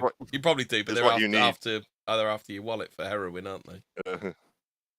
Anyway, his fallouts with other monster hunters became apparent when he wrote his unpublished second book. So he did write another book, basically slagging everyone off. You. Is that his second book? I can have all of you, no problem. More of you. He wrote of Tim Dinsdale the following. Reading Tim Dinsdale's book and listening to him on television, one is given the impression that he gave up a lucrative career as an aeronautical engineer to become a Loch Ness investigator. But when Mr. Dinsdale came to Foyers in April 1960, he was unemployed, on the dole. He arrived in a car which many people would write off as an old banger, and he brought with him a small, very much patched up rubber dinghy. So, not impressed with Dinsdale and his aeronautical engineer credentials there. He also said Frank said of the Loch Ness Investigation Bureau of the 1960s, said this: "They were mostly hippie types. The Bureau's headquarters became a shambles. Boys and girls shacked up in caravans, drunken parties, pot smoking, and the vans were more like pigsties than living quarters. Camera watching became a joke, but being on the main road and the only source of information, the Bureau's public relations hut did a roaring trade. The money just poured in." So that sounds all right, actually, the Loch Ness investigation of the 60s. Yeah. Smoking, shacking up and all that. Yeah. In the book, Frank basically slags off everyone who has anything to do with the Loch Ness investigation. If you do get a time machine and get yourself back there. I wouldn't mind, and apart from himself, and accuses them of being just in it to make a quick buck. So that was Frank's view of everything. Thought bucks were American currency. Anyway, Frank's search for the monster ended in 1983. He painted the words "Shine Conman" on the walls of Urquhart Castle in huge red letters in reference to Loch Ness investigator Adrian Shine. He also set off for Shine's base camp on the shores of the loch and threw a petrol bomb at the party who were sleeping at the time. He sounds like a proper lad, doesn't he? So it was a right fucking laugh, didn't he? Frank disappeared from the loch not long after this and was never seen again. His caravan was apparently pushed off the end of Foyers Pier into the depths of the loch, where it remains today. In later years, Frank ended up living in a bedsit in Fleetwood, Lancashire, and passed away on the 26th of March 2005, aged 84. Was it alcohol related? No, just old age, 84. Had a good innings, didn't he? So anyway, my mission took me to Foyers to locate the site where Frank Searle's caravan and exhibition once stood. Okay, clip number 21. Let's see how I got on. Shoot. Right, that's the one. Right. Shoot. Let's go. Yeah. So I was here in 1969 I'll take it the railings now. at Foyers Bay, where Frank Searle turned up in pursuit of the monster. Is that Nessie's home? Is that where Nessie lived? Staying here until the early 80s. Transferred to Jurassic It's where Frank lived. So Yeah. I'll see. I do the comparison. So pretty good. Let's see there. If we look at the mountains, we can line up exactly where he would have had his caravan. That'd be there. There is a picture of Frank's caravan. Oops.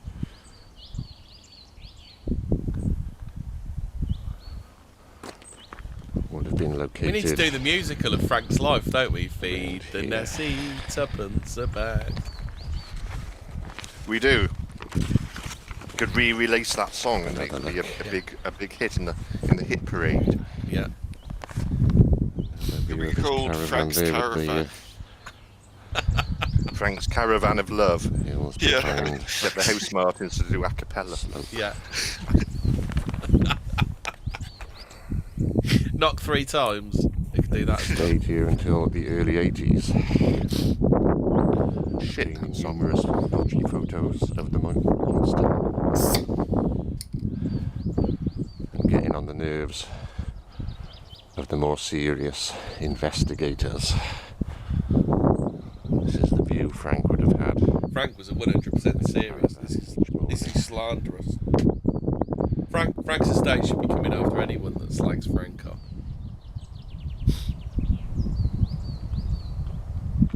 Frank's activities culminated in a petrol bombing of the Loch Ness investigation Not slagging it off, I think he's a team good bloke. led by Adrian Shine at the time. Sounds like they're boring old stuffy Nessies and there's a drunk graffiti in petrol bombing.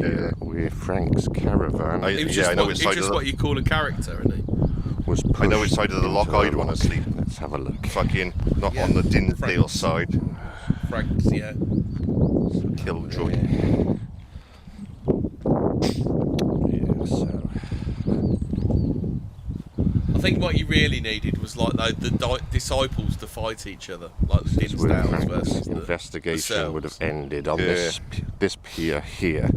His caravan would have been pushed down here. Let's just follow the route. Depending how long that mooring thing is, it looks a bit like that Nessie picture, doesn't it? And then that's where his caravan was pushed. After everyone had had enough of him. To the bottom of the Loch. somewhere. Should be Frank's. I thought there was going to be some scandal there, like he was inside it when he was pushed, but then he said he died of old age. He did have one leg though. There was that. So there's that to go on. Did the Loch Ness monster eat it? I think he lost it in the war or something. Right. Gangrene. Anyway, there you go. That's pretty much Frank Searle's camp. There you go. Just finish up this clip. Frank Searle's camp on the shores of Loch Ness. Let's have a look at the next picture, 41, comparing the two sites as we've been doing. So is that boat just like some rando's boat? Yeah. Some dick left it there, didn't they? Yeah. So Right. if you go to the next picture, number 41, we can look at the two. Not that one. Go to the next one. We can look at the two sites. There we go. That's definitely right in it. Yeah. It's Frank's. Yeah, we're there. So, hooray! I trod in the footsteps of the great Frank Searle. I'm proud to say Absolute that. lad. Did you petrol bomb anywhere? Have No, a I was fight, pull a tempted, knife though. on anyone? I In was honour of tempted, Frank? though. Yeah. I had a knife pulled on me by a Scottish bloke, drunk Scottish bloke. But anyway. Yeah. Anyway, all right then. So what we'll do So he now- wasn't being out of the ordinary. He was just embracing the culture. Then was he? Is that what he said? Yeah. Just getting into it. So. Yeah. All right, what we'll do, let's move on to the next chapter. Okay, so in the 1970s, Loch Ness investigators still hadn't found a monster in Loch Ness. They turned their attention to Loch Morar, which had a tradition of harbouring a similar monster. We covered this, didn't we? We did cover this on a program. It was a good. Yeah. But as has clearer waters than Loch Ness. He's gone to bed. He buys. Yeah, right. It's because of his sunburn, probably. Yeah. Yeah. So anyway, it has clearer waters than Loch Ness, so it should have been easier to see the monster below the surface. Project leader Adrian Shine built his own underwater observation chamber called Mushan in order to view the monster from below the waves. Go to the next picture, please, Hemi, 42, and we'll have a look at Mushan on the cover of the Loch Morar report. Let's have a look at. You go. That's fucking now. Looks a bit dicey. Getting in there. Yeah, it does look very dicey. What is that? Is that a submersible? Yeah, it's fucking stupid, isn't it? Go to the next. Go to the next picture. Let's look at this deadly thing in action. Fucking suicide jockey, isn't he? I know. So there's Mushan under the water, and also there's Mushan, which is just surfaced below. If you go to the next picture there, Hemi, some technical specs of the craft. Go to just. Is it based on a smash alien? Because it looks like one of the smash aliens' heads, doesn't it? There you go. Oh, wrong one. That's the one, yeah. So you can see there. So you got a snorkel valve, you got a water outlet valve, a water inlet valve, stiffening ribs. I don't know what that is. Ballast release swivel, Panic button. Connecting water tank beneath seat. Panic button. Panic. Oh, fuck, get me out of here. Yeah. Fucking need. No, that's what we need. Go to the next picture. We can actually see Adrian sat in this. Air inlet outlet with telephone studs above. Telephone studs. What's that? Don't know. That's what it says. It's telephone studs. Is that studs? God knows. Whoever designed that was on drugs. Yeah, let's have a look at Shine. Yeah, he looks like he was on drugs, doesn't he? Yeah, beard. Hey, fucking hippie. Yeah. Anyway, here he is heading for certain death. So anyway, okay then. After many hours of underwater observation in Mashan, no monster was seen, though Adrian did manage not to kill himself. So that's something. Well, what's that I hear you saying? What's everyone saying? Where is Mashan these days? Yeah, innit? That's what you've been asking. Yeah, I'm just wondering. I've got no idea whatsoever. Yeah, but you want to know? No, I can answer the question. It resides in the Loch Ness Exhibition Centre in Drumnadrochit. So I went there to pay Mashan a visit. Let's look at the next clip. Clip number 22, please. Let's have a look. There we go. It's Mashan. Against the surface brightness. Wide-angle underwater television used the same silhouette principle. Volunteers persisted, but their hopes were tinged with apprehension. New underwater pictures from Loch Ness warned they might look into the face of a nightmare. Here, Robert Rhines had taken up the challenge, despite the dark water. Camouflage paint. Do you want me to go into the next clip as well, yeah? There's the next one's more of a close-up. I tried to see inside Mashan. Let's have a look. Yeah, play that. We'll have a look. Just to see these. The death trap. It's a bit dark in there, so. The death trap, you said on the video. Yeah, it was the fucking. Yeah, whoever got in there came back up alive. Carried on using it, it'd only be a matter of time. That would be one for the Darwin Awards, wouldn't it? Adrian Shine would win the Darwin Award. I don't know, a bit like that. Do you remember that? Is it in Sweden? That reporter went to see that bloke on his sub and he murdered her. Do you remember that one? No, but I can imagine. Ah, right, okay then. So that was Mashan. So basically, what we're going to do now is have another look out towards the loch. Just a random view. Let's have a look. Play this clip. You want to play this one? Very odd. Yeah, go for it. Monster. Definitely monster. Let's have a look. There's a school of them. Look, loads of them. Thousands. Something broke the surface. I think it might have been a flipper. The wind from above that broke the surface. Dove from above. Did it do a step to the left and then a jump to the right? I'm sure something broke the surface briefly. Look, there's the humps. Ooh, yeah. Look at that. Look at that. That's.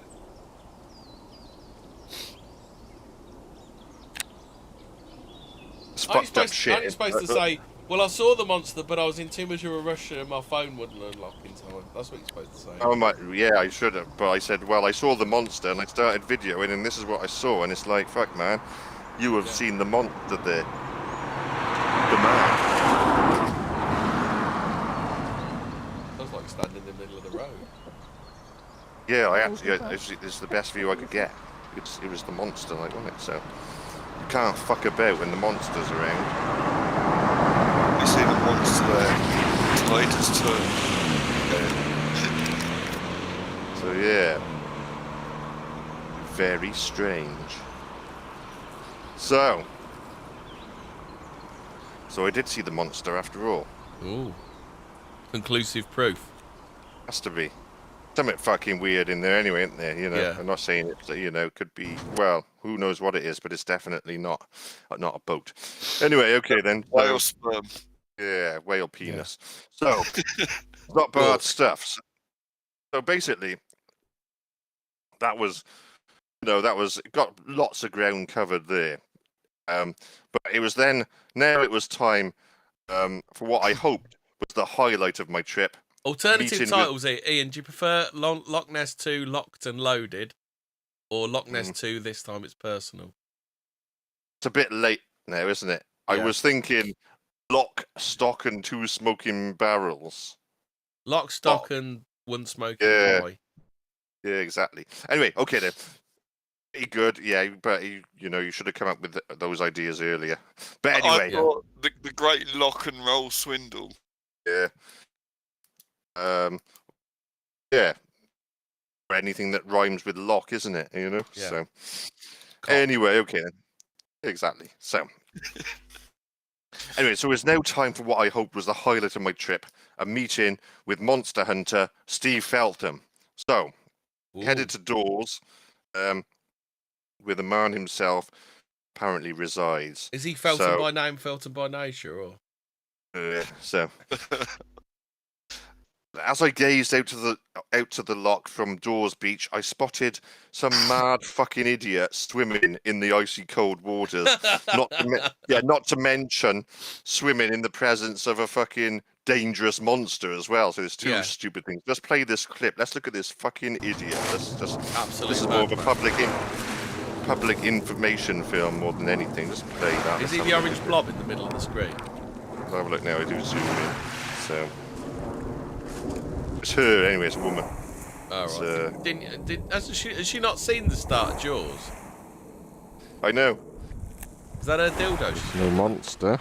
That's a concrete dildo. Yeah, she's just back with her in there. There's a mad person swimming. With a bobble hat on. Who the fuck goes swimming with a bobble hat on? Yeah, sort of absorbs the water, doesn't it, and makes it worse. There you go. Maybe that's monster. Is she being chased by the monster there? No, that's just a fucking, I don't know. If you're gonna do, pause that. If you're gonna do stupid things, you need that kind of, you need to have some kind of float or something to Well, show. she won't be doing the Darwin Awards, will she? Yeah, you never know. She might be. Anyway, go to the next picture. Picture number 46 here. Let's have a look at Steve Feltham, who I was looking for. Loch. Let's have a look at him. So that's. Oh yeah, he definitely looks like he's Feltham, doesn't he? Yeah. So there you go. There. So anyway, let's give you a bit of background. 1991, 28-year-old Steve Feltham from Dorset gave up his job fitting. Yeah, indoors in Alaska. Gave his job fitting security cameras, sold his house, dumped his girlfriend, fuckerada, and headed up to Loch Ness in search of the monster. He took up residence in an old mobile library on Dawes Beach at the north end of the loch. 21 years later, Steve is still there, and his hunt continues for the elusive creature. Go to the next picture. Let's have a look. Picture number 47. Necessary independent research. Look at that. What a pun he got in there. Yeah, Well, do you want me to show the video now, yeah? Oh, not yet. No, let's just go into the next picture there. Let's picture. just go to the next picture. Show us Steve. Did he felt them? He's taking someone's money away there. So, yeah. Making people part with their cash. Go to the next picture. It's an interesting one of Steve I found. Go to the next picture, 46. And let's see, was it a young Steve? Who's that he's with? Hey, Frank. Did Frank Feltham? Yeah. As Frank Feltham. That's what you should have asked Steve. Frank showed him the monster that day, I can tell you. So, yeah. Anyway, so who'd better to interview about the monster than someone who has spent 31 years looking for it? So I headed to Steve's mobile library home on the north end of the loch to meet the man himself and get some answers to the mystery. Play clip number 26. Let's have a look how I got on. So that's with apparently where investigation. Let's have a look. Steve Feltham lives. But he's clip not in number today, 26, unfortunately. And if I found Steve Feltham. Does he actually live there at all? There is evidence of it. Yes. Have you found some Feltham drop-ins, did you? Did you find some Feltham scat? We'll find out when we see the video. Let's have a look. Takes all major credit cards. He should have rang the bell. Yeah. So he's been searching for the monster since 1991. Yeah, you got the picture in the way. I've done it again. I was waiting for it as well. So let's just see. I'll go back. Yeah, go back. Yeah, so So that's interesting to see if I can find him. So that's what I was actually. Here we go. Steve Feltham lives. but he's not in today, unfortunately. Does he actually live there at all? Not unless he can Closer padlock look. it from the inside.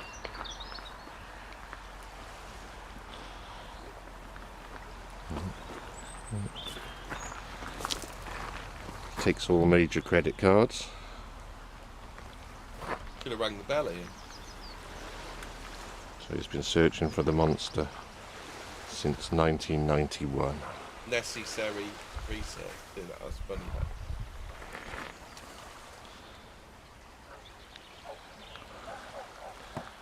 And that's the view he has.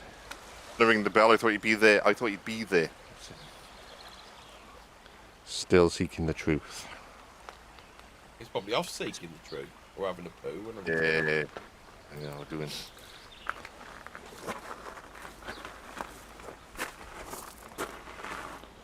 All that way. Newspaper articles on it. All that way, and he's out. I bet you felt like a Jehovah's Witness, didn't you? Should have nicked Fishing some. rod, traffic Nick- I should have cones. nicked them. I should have done actually. Yeah, He must have If he Fishing ain't brought going rod to them be there, home when he was Nick drunk. his fishing rod. yeah, that can go on eBay. Bastard. Take him back to his student digs. Let's have a look.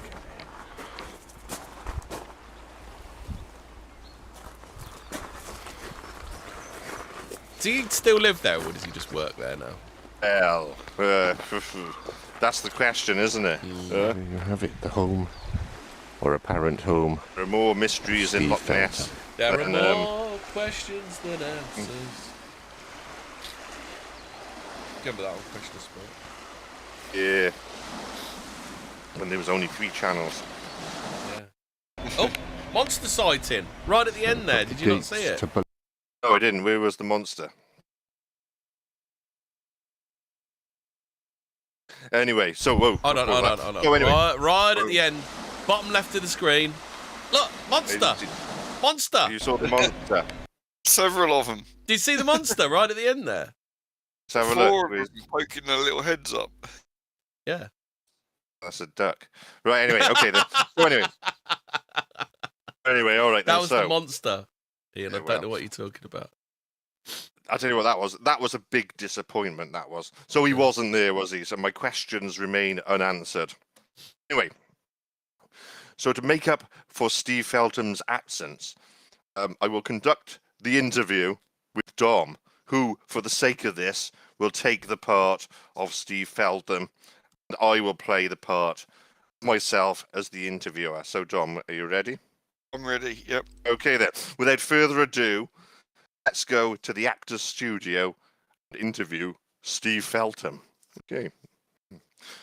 Oh, hi, Steve. It's nice to meet you on the shores of Loch Ness. I've heard so much about you, and I've travelled all this way just to meet you. It's nice to meet you too, Rodders. I'm always here, so drop by for a chat anytime and buy some merchandise. Would you like to buy an official Steve Felton t-shirt? They're only 20 quid. No thanks. Why did you decide to give up the rat race and move to Loch Ness and live in a mobile library and become a full-time monster hunter? I've been here since 1991. I've been filling the cash register. I mean, I've been looking for the monster for 31 years. That's quite a long time. You must have seen the monster on numerous occasions. That's right, I've seen it a lot, most days in fact. I've just received a batch of Loch Ness tea towels. They're 100% cotton, with a picture of Nessie, a kilt on them, and only £10 each. Would make an ideal gift for Auntie. And did you take any photos when you saw the monster? No, fridge magnets, only a £5. I see. Okay. And what is it you think the monster is? I think it's an undiscovered species of giant reptile, a bit like these stuffed Nessie toys that I'm selling for only £8 each. I see, okay. I can see you have your mobile library here. It seems to be full of merchandise. Looks more like a shop. Where is it that you sleep? There's a soft mattress at the back, which is where I sleep. You can't see it from here. Yeah, a soft mattress stuffed full of soft £20 notes, no doubt. I've been here for 6 days myself, and I've not seen the monster yet. In fact, the only monster I've seen was that fat woman swimming in Foyers Bay. She was a hideous sight, wasn't she? I'll have you know that was my wife, and you should be ashamed. Get my wife's name out of your mouth. That was your wife, then you should be ashamed. Let's be honest, Steve. Don't live here at all, do you? I do. This is my aim, honest, and it's my wife you just insulted. Look, don't fuck me about. I've told you, Phoebe, I've been told you're fucking loaded and live most of the time in a luxury waterside apartment in Inverness, all bought with the proceeds that you've made by selling shit to tourists and making out you're a monster hunter extraordinaire who lives in a fucking mobile library. You're full of shit, mate.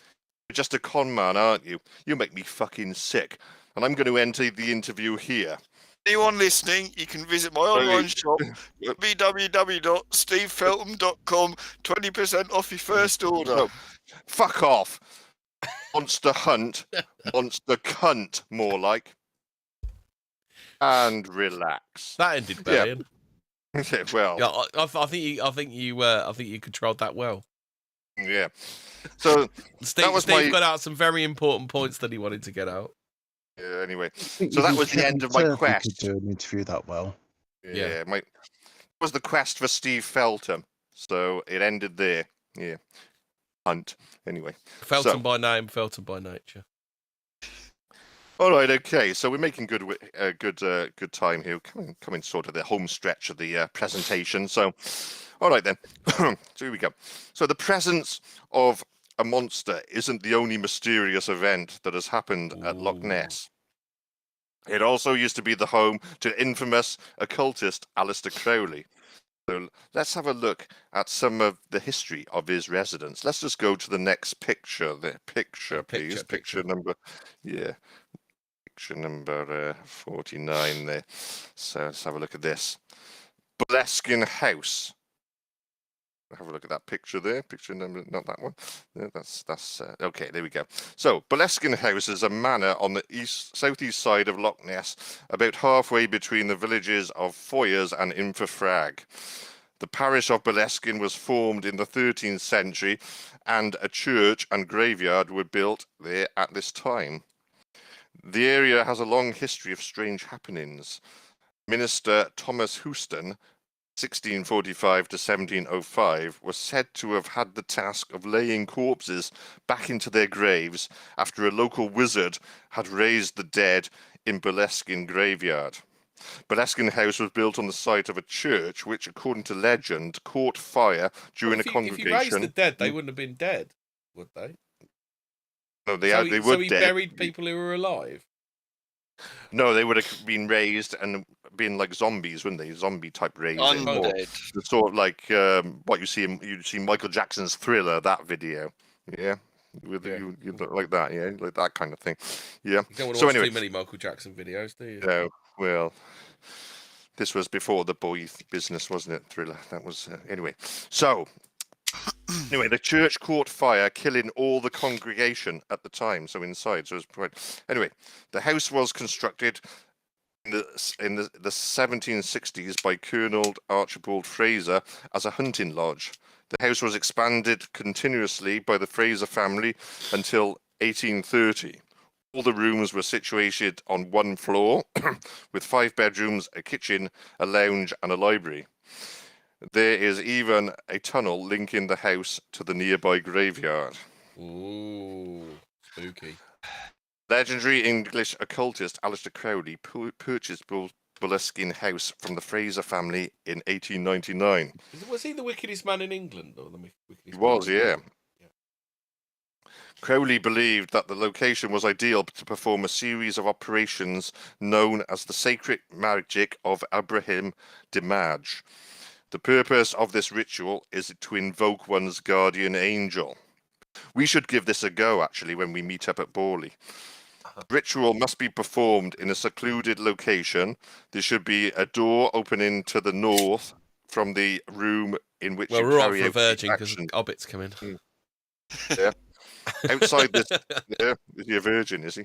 Yeah. Anyway, outside this door, it needs to be a terrace covered in sand where the spirits can congregate. The ceremony requires at least 6 months preparation, celibacy, abstinence from alcohol and drugs. The ritual fuck also that one, then. includes. Yeah, I know that's but the ritual also includes the summoning of the 12 kings and dukes of hell, to bind them and remove their negative influences from the magician's life. So pretty hardcore, this ritual. Yeah. Whilst Crowley was in the process of performing this lengthy ritual, he was called away to Paris on other occult business. According to legend, he never banished the demons that he had summoned, leading to strange happenings occurring in and around Boleskine House. Crowley became infamous for conducting black magic rituals in the house. His lodge keeper, Hugh Gillis, suffered a number of personal tragedies, including the loss of 2 children. Crowley later claimed that his experiments with black magic had simply got out of hand. Crowley left the property in 1913, and some say that he was responsible for raising the Loch Ness monster from its lair. So there, he fucked up, eh? Anyway, after the Second World War, the house was owned by Major Edward Grant. In 1965, Grant committed suicide in Crowley's bedroom with a shotgun. So it must have been a hell of a mess. Did his son go on to sing "I Don't Wanna Dance"? He did, actually. I don't wanna dance. Yeah, Dance with your baby no more. So anyway, in 1970, the house was bought by Jimmy Page of Led Zeppelin fame. Page had read a lot of Crowley's work and was fascinated by his ideas. Page spent little time at the house and got his friend Malcolm Dent to look after the place. Though Dent was a skeptic of the paranormal, he soon started to experience strange occurrences. After a few weeks, he heard strange rumblings from the hallway, which stopped when he investigated, but resumed after he closed the bedroom door. He also experienced what he described as the most terrifying night of his life when he awoke one night to hear what sounded like a wild animal snorting and banging outside his bedroom door. Another friend who stayed at Boleskine awoke one night claiming that she had been attacked by some sort of devil. Other strange occurrences at the time included chairs switching places, doors slamming, and carpets rolling up of their own accord.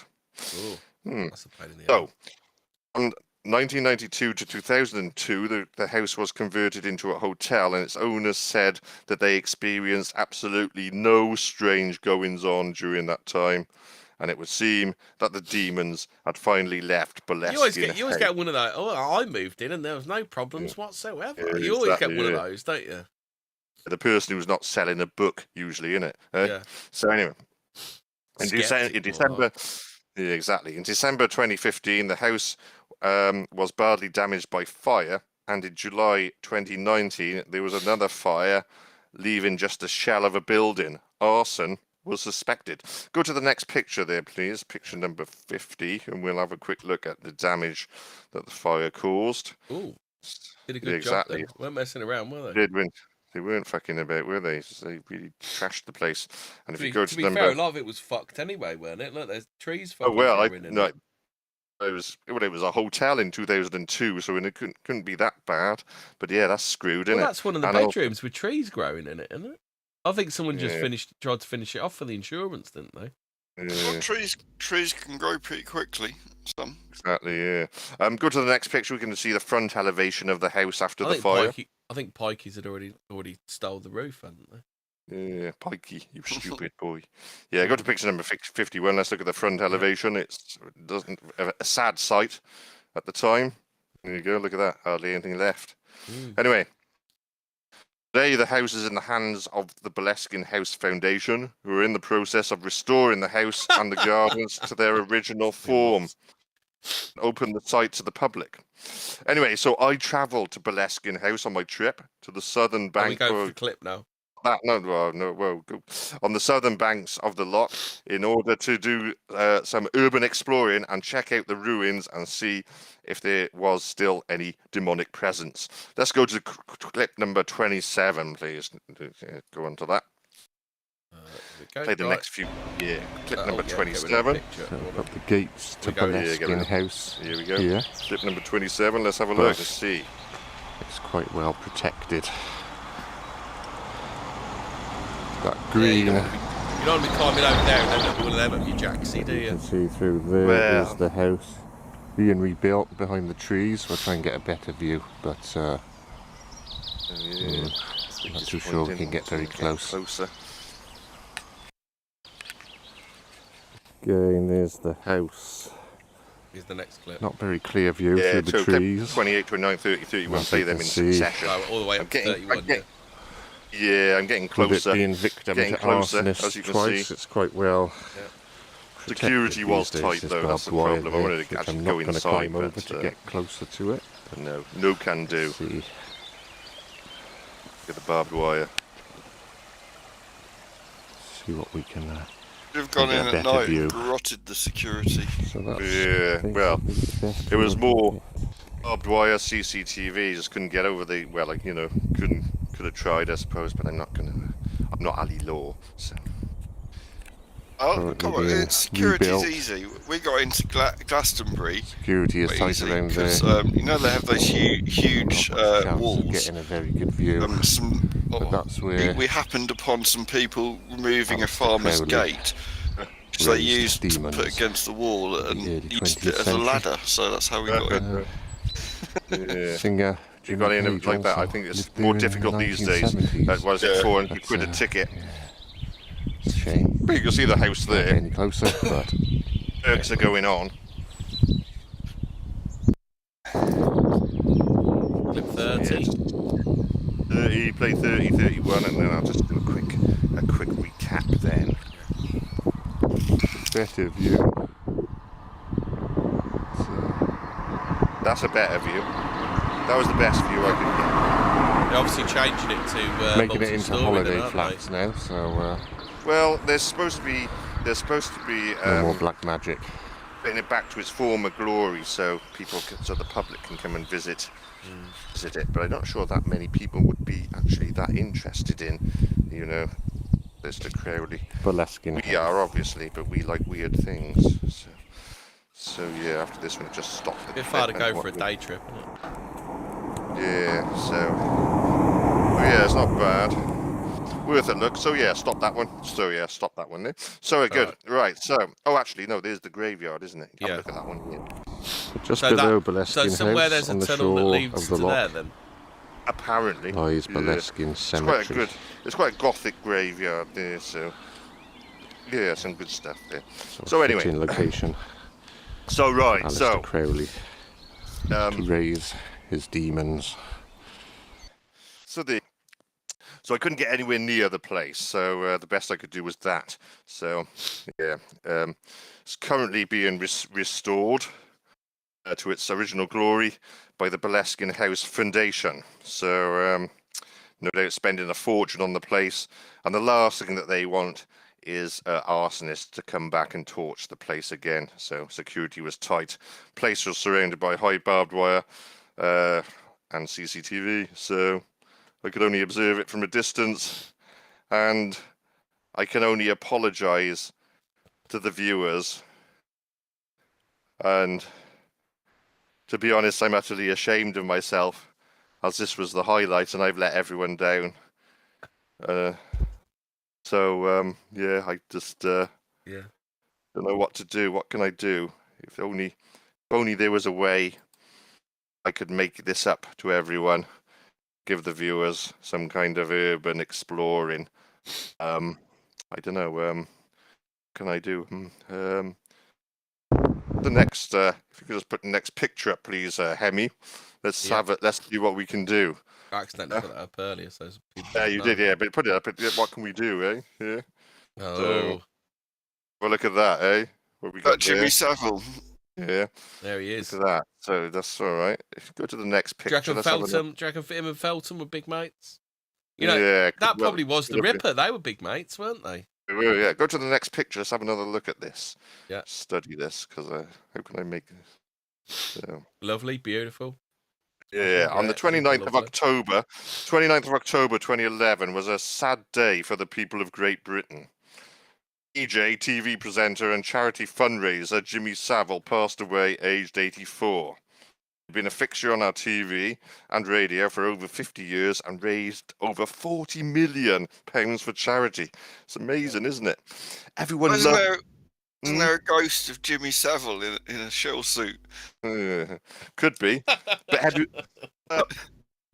you'll all agree when we say everyone loved his quirk. Everyone loved his quirky ways, didn't they? The tracksuit, the cigar, the blonde hair. Well, you know, I watched a documentary about him recently, and the BBC basically said in it. So the BBC said, "Well, it's your fault because he was so popular because everybody liked him so much. Like that's why we couldn't dob him in for touching kids because he was so popular with the public and everybody loved him." In the woke pro-pedo BBC, yeah. But so the BBC blame you. It's your fault, Ian. Yeah, well, because he was so popular. Everybody loved Jimmy Savile, and there would have been a big kick-off if he never appeared on television again. Grandparents would see him as their favourite son, wouldn't they? Mum and dad, they would see him as that crazy friend that everyone had, always with a wry quip and a double entendre at the dinner table. And children just saw him as their favourite uncle, always happy to sit on his knee. So it's to this our day, fault. It's all our fault. We need to apologise to the BBC, and we need to take our collective blame that we insisted that Jimmy Savile was on the TV because he was such a great performer. And he is, to this day, he's missed by everyone, and we're all still devastated that the great man is no longer with us. But when he was alive, though, he owned a number of properties around the country, including the one that you can see behind him there, which is in Glencoe, the Scottish Highlands. Just put the next clip up, please, Hemi. So how far is this from Loch Ness? Fair way, but have a look at clip number 32. I have to do something to make up for the disappointment of Bolesque, don't I? Clip number 32, let's have a look. I think it's actually... Here right now is just a demonstration of how popular he was, isn't it? Have a look at that then. Here we go. Jimmy touched my ass. Jimmy touched my ass. Pedo. Inside. Didn't expect this, did you? Jimmy Savile. Pedo Paul. Is this other pedos like going there and paying homage to him? Like they're on like a pilgrimage? Pedo Beast. No, I don't think so. Such a huge popular performer. Like I can see why the BBC and here.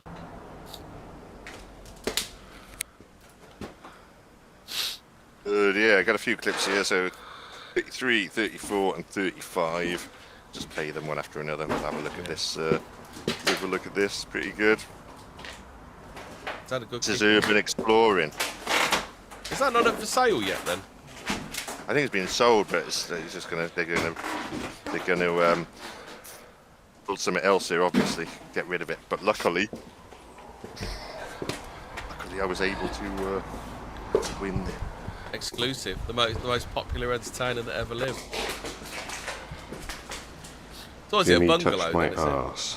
It is. It's not really big, but you know. It's like a getaway place, isn't it? Just imagine all the shell suits that used to be hung up on there. Yeah. Well, there's the pedo bathroom. What was that? Yellow pages. You know, that's how old it is, isn't it? Eh?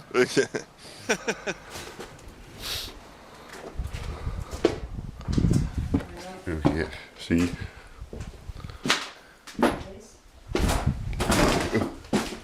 Hey, Ian's bird. I pissed on the fireplace. I pissed on the fireplace. You go on holiday with me, this is where you go. East.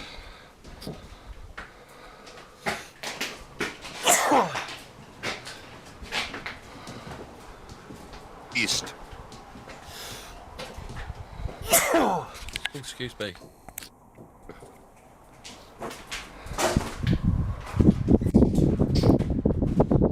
So it's at the back garden then? He had a fair sized back garden, didn't he? There's a mountain.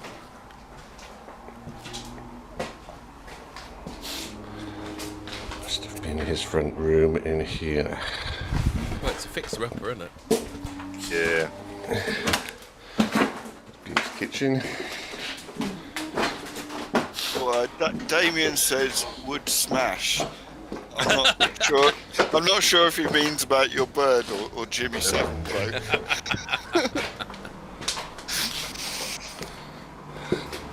So you're getting the thumbs up from the audience here, and you've pulled a cracker there, mate. Well, I think it's only one floor. That's the attic.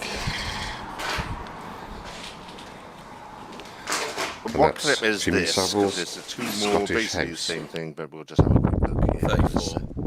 34, so we're on. Yeah, one more. So actually, which bit is... Did you manage to figure out which is which is Jimmy's land?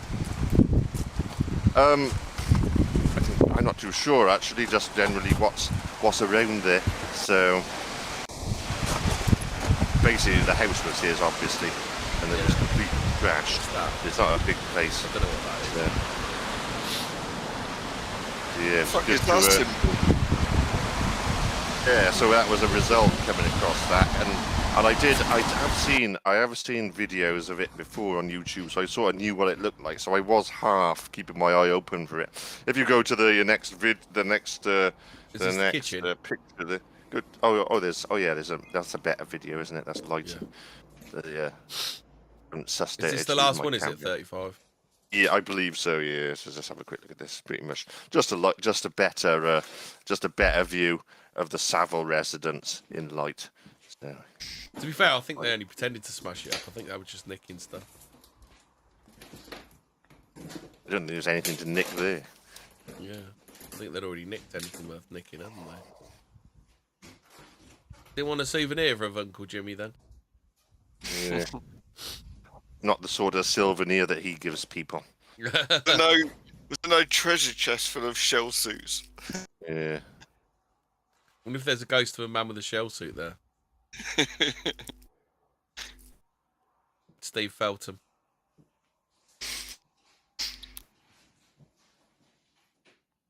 Fuck Jimmy Pedo.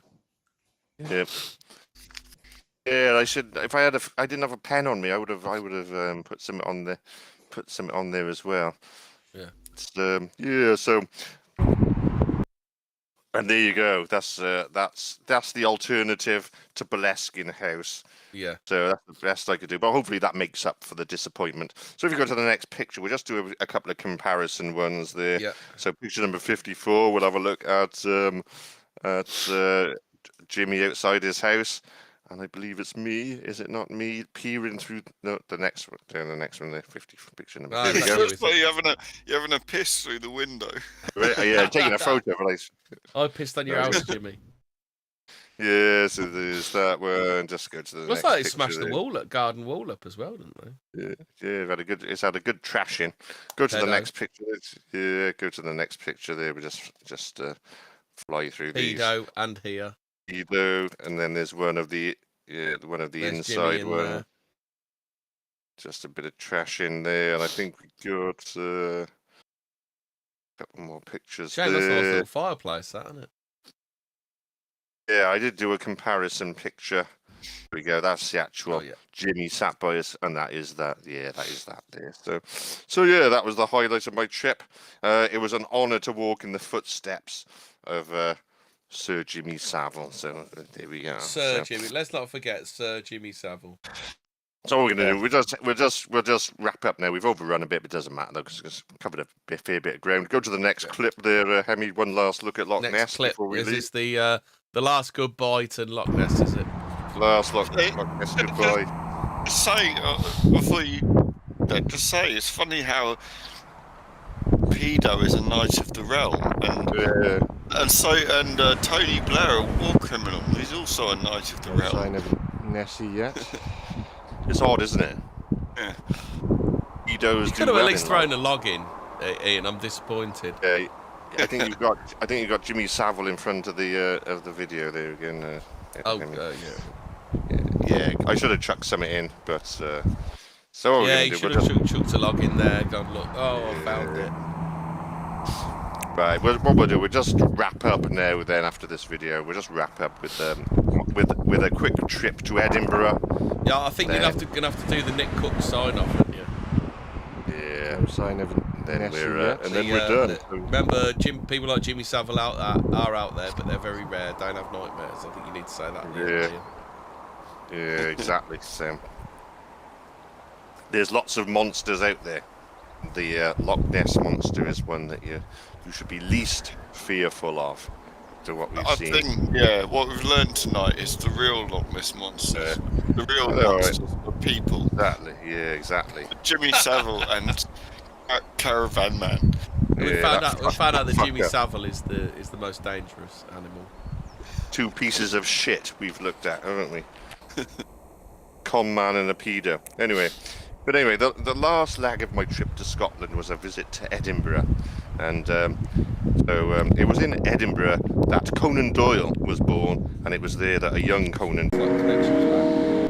We back.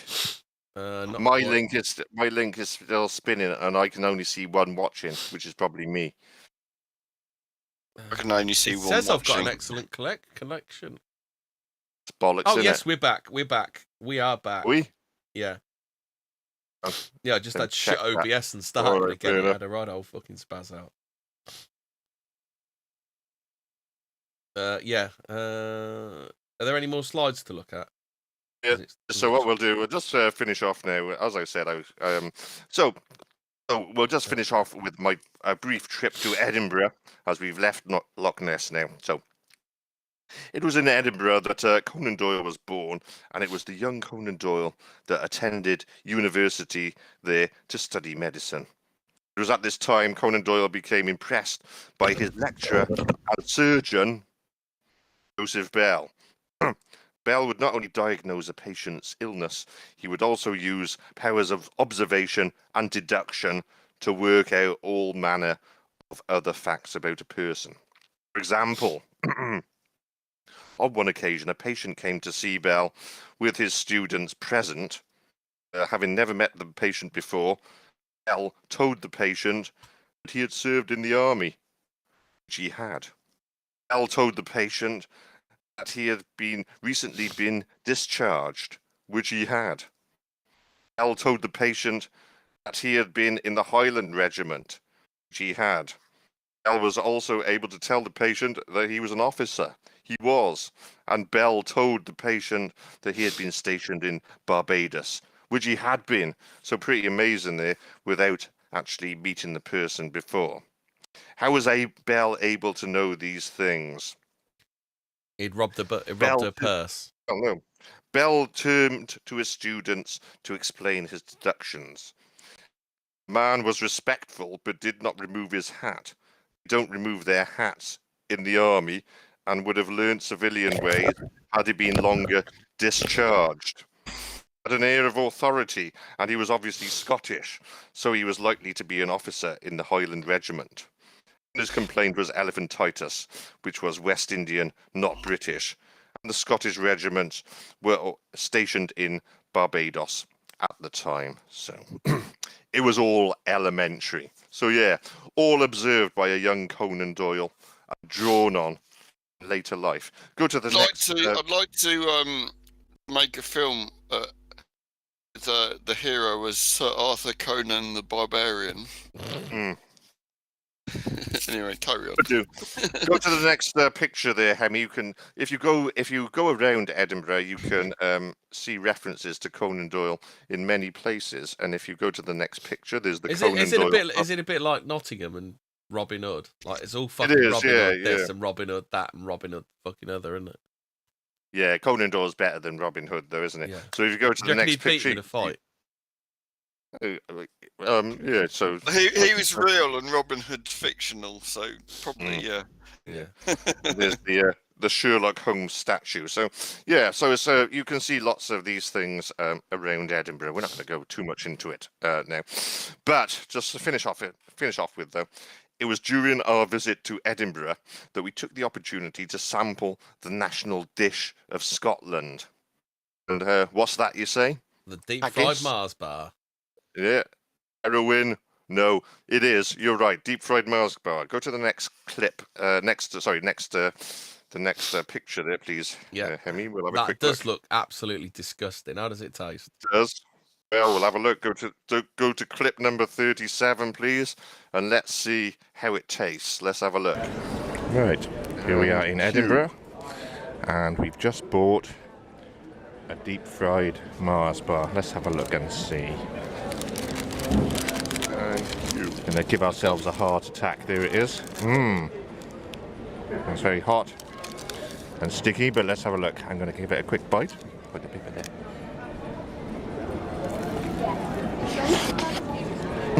Was that sounded like it was hot, Ian?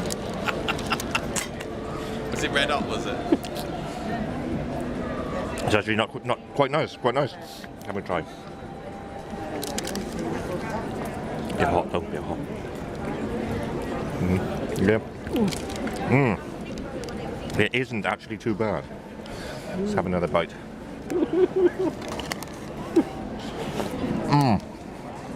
Oh. It's hot.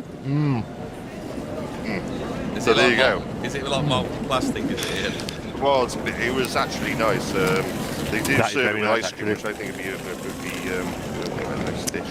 It looks like Sticks it's to the had mouth though. a bit, but Yeah, you know, well, lots of Looks like food food stuff. I can understand why the back Scots. Yeah, well, you just don't eat think that. of that, do you? So, Very nice. anyway, so I there you go. recommend if you're in Finish off, Scotland, get though. a deep fried Mars bar. Visit to the Scottish Museum. Go to the next picture. Let's see who we Oh, saw no, there. oh no, what have I done here? Have you buggered it? Push one button. Yeah. What the hell's going on here? Alright, clip next. Right, here we are. Yeah, finish that one. That's the No, video done. That's the last If you one. go to the isn't it? next- 37. Yeah, but go to the next picture then. The last picture. It's got picture number. Last Picture picture. number- But one. That's Dolly. Not sure what that is. We go Dolly the sheep. I think it was fantastic cloning an animal that is Yeah. well known for being completely different from each other. Yeah, there you go. So that actually. So did you burn your mouth on the Mars bar? No, but It I was sounded- It sounded like you did. no, but it was hot. Yeah, it was hot. Yeah. I didn't burn, but Did, no, it was did you very wash nice. it down with a bottle of Bucky? That's what we need to know.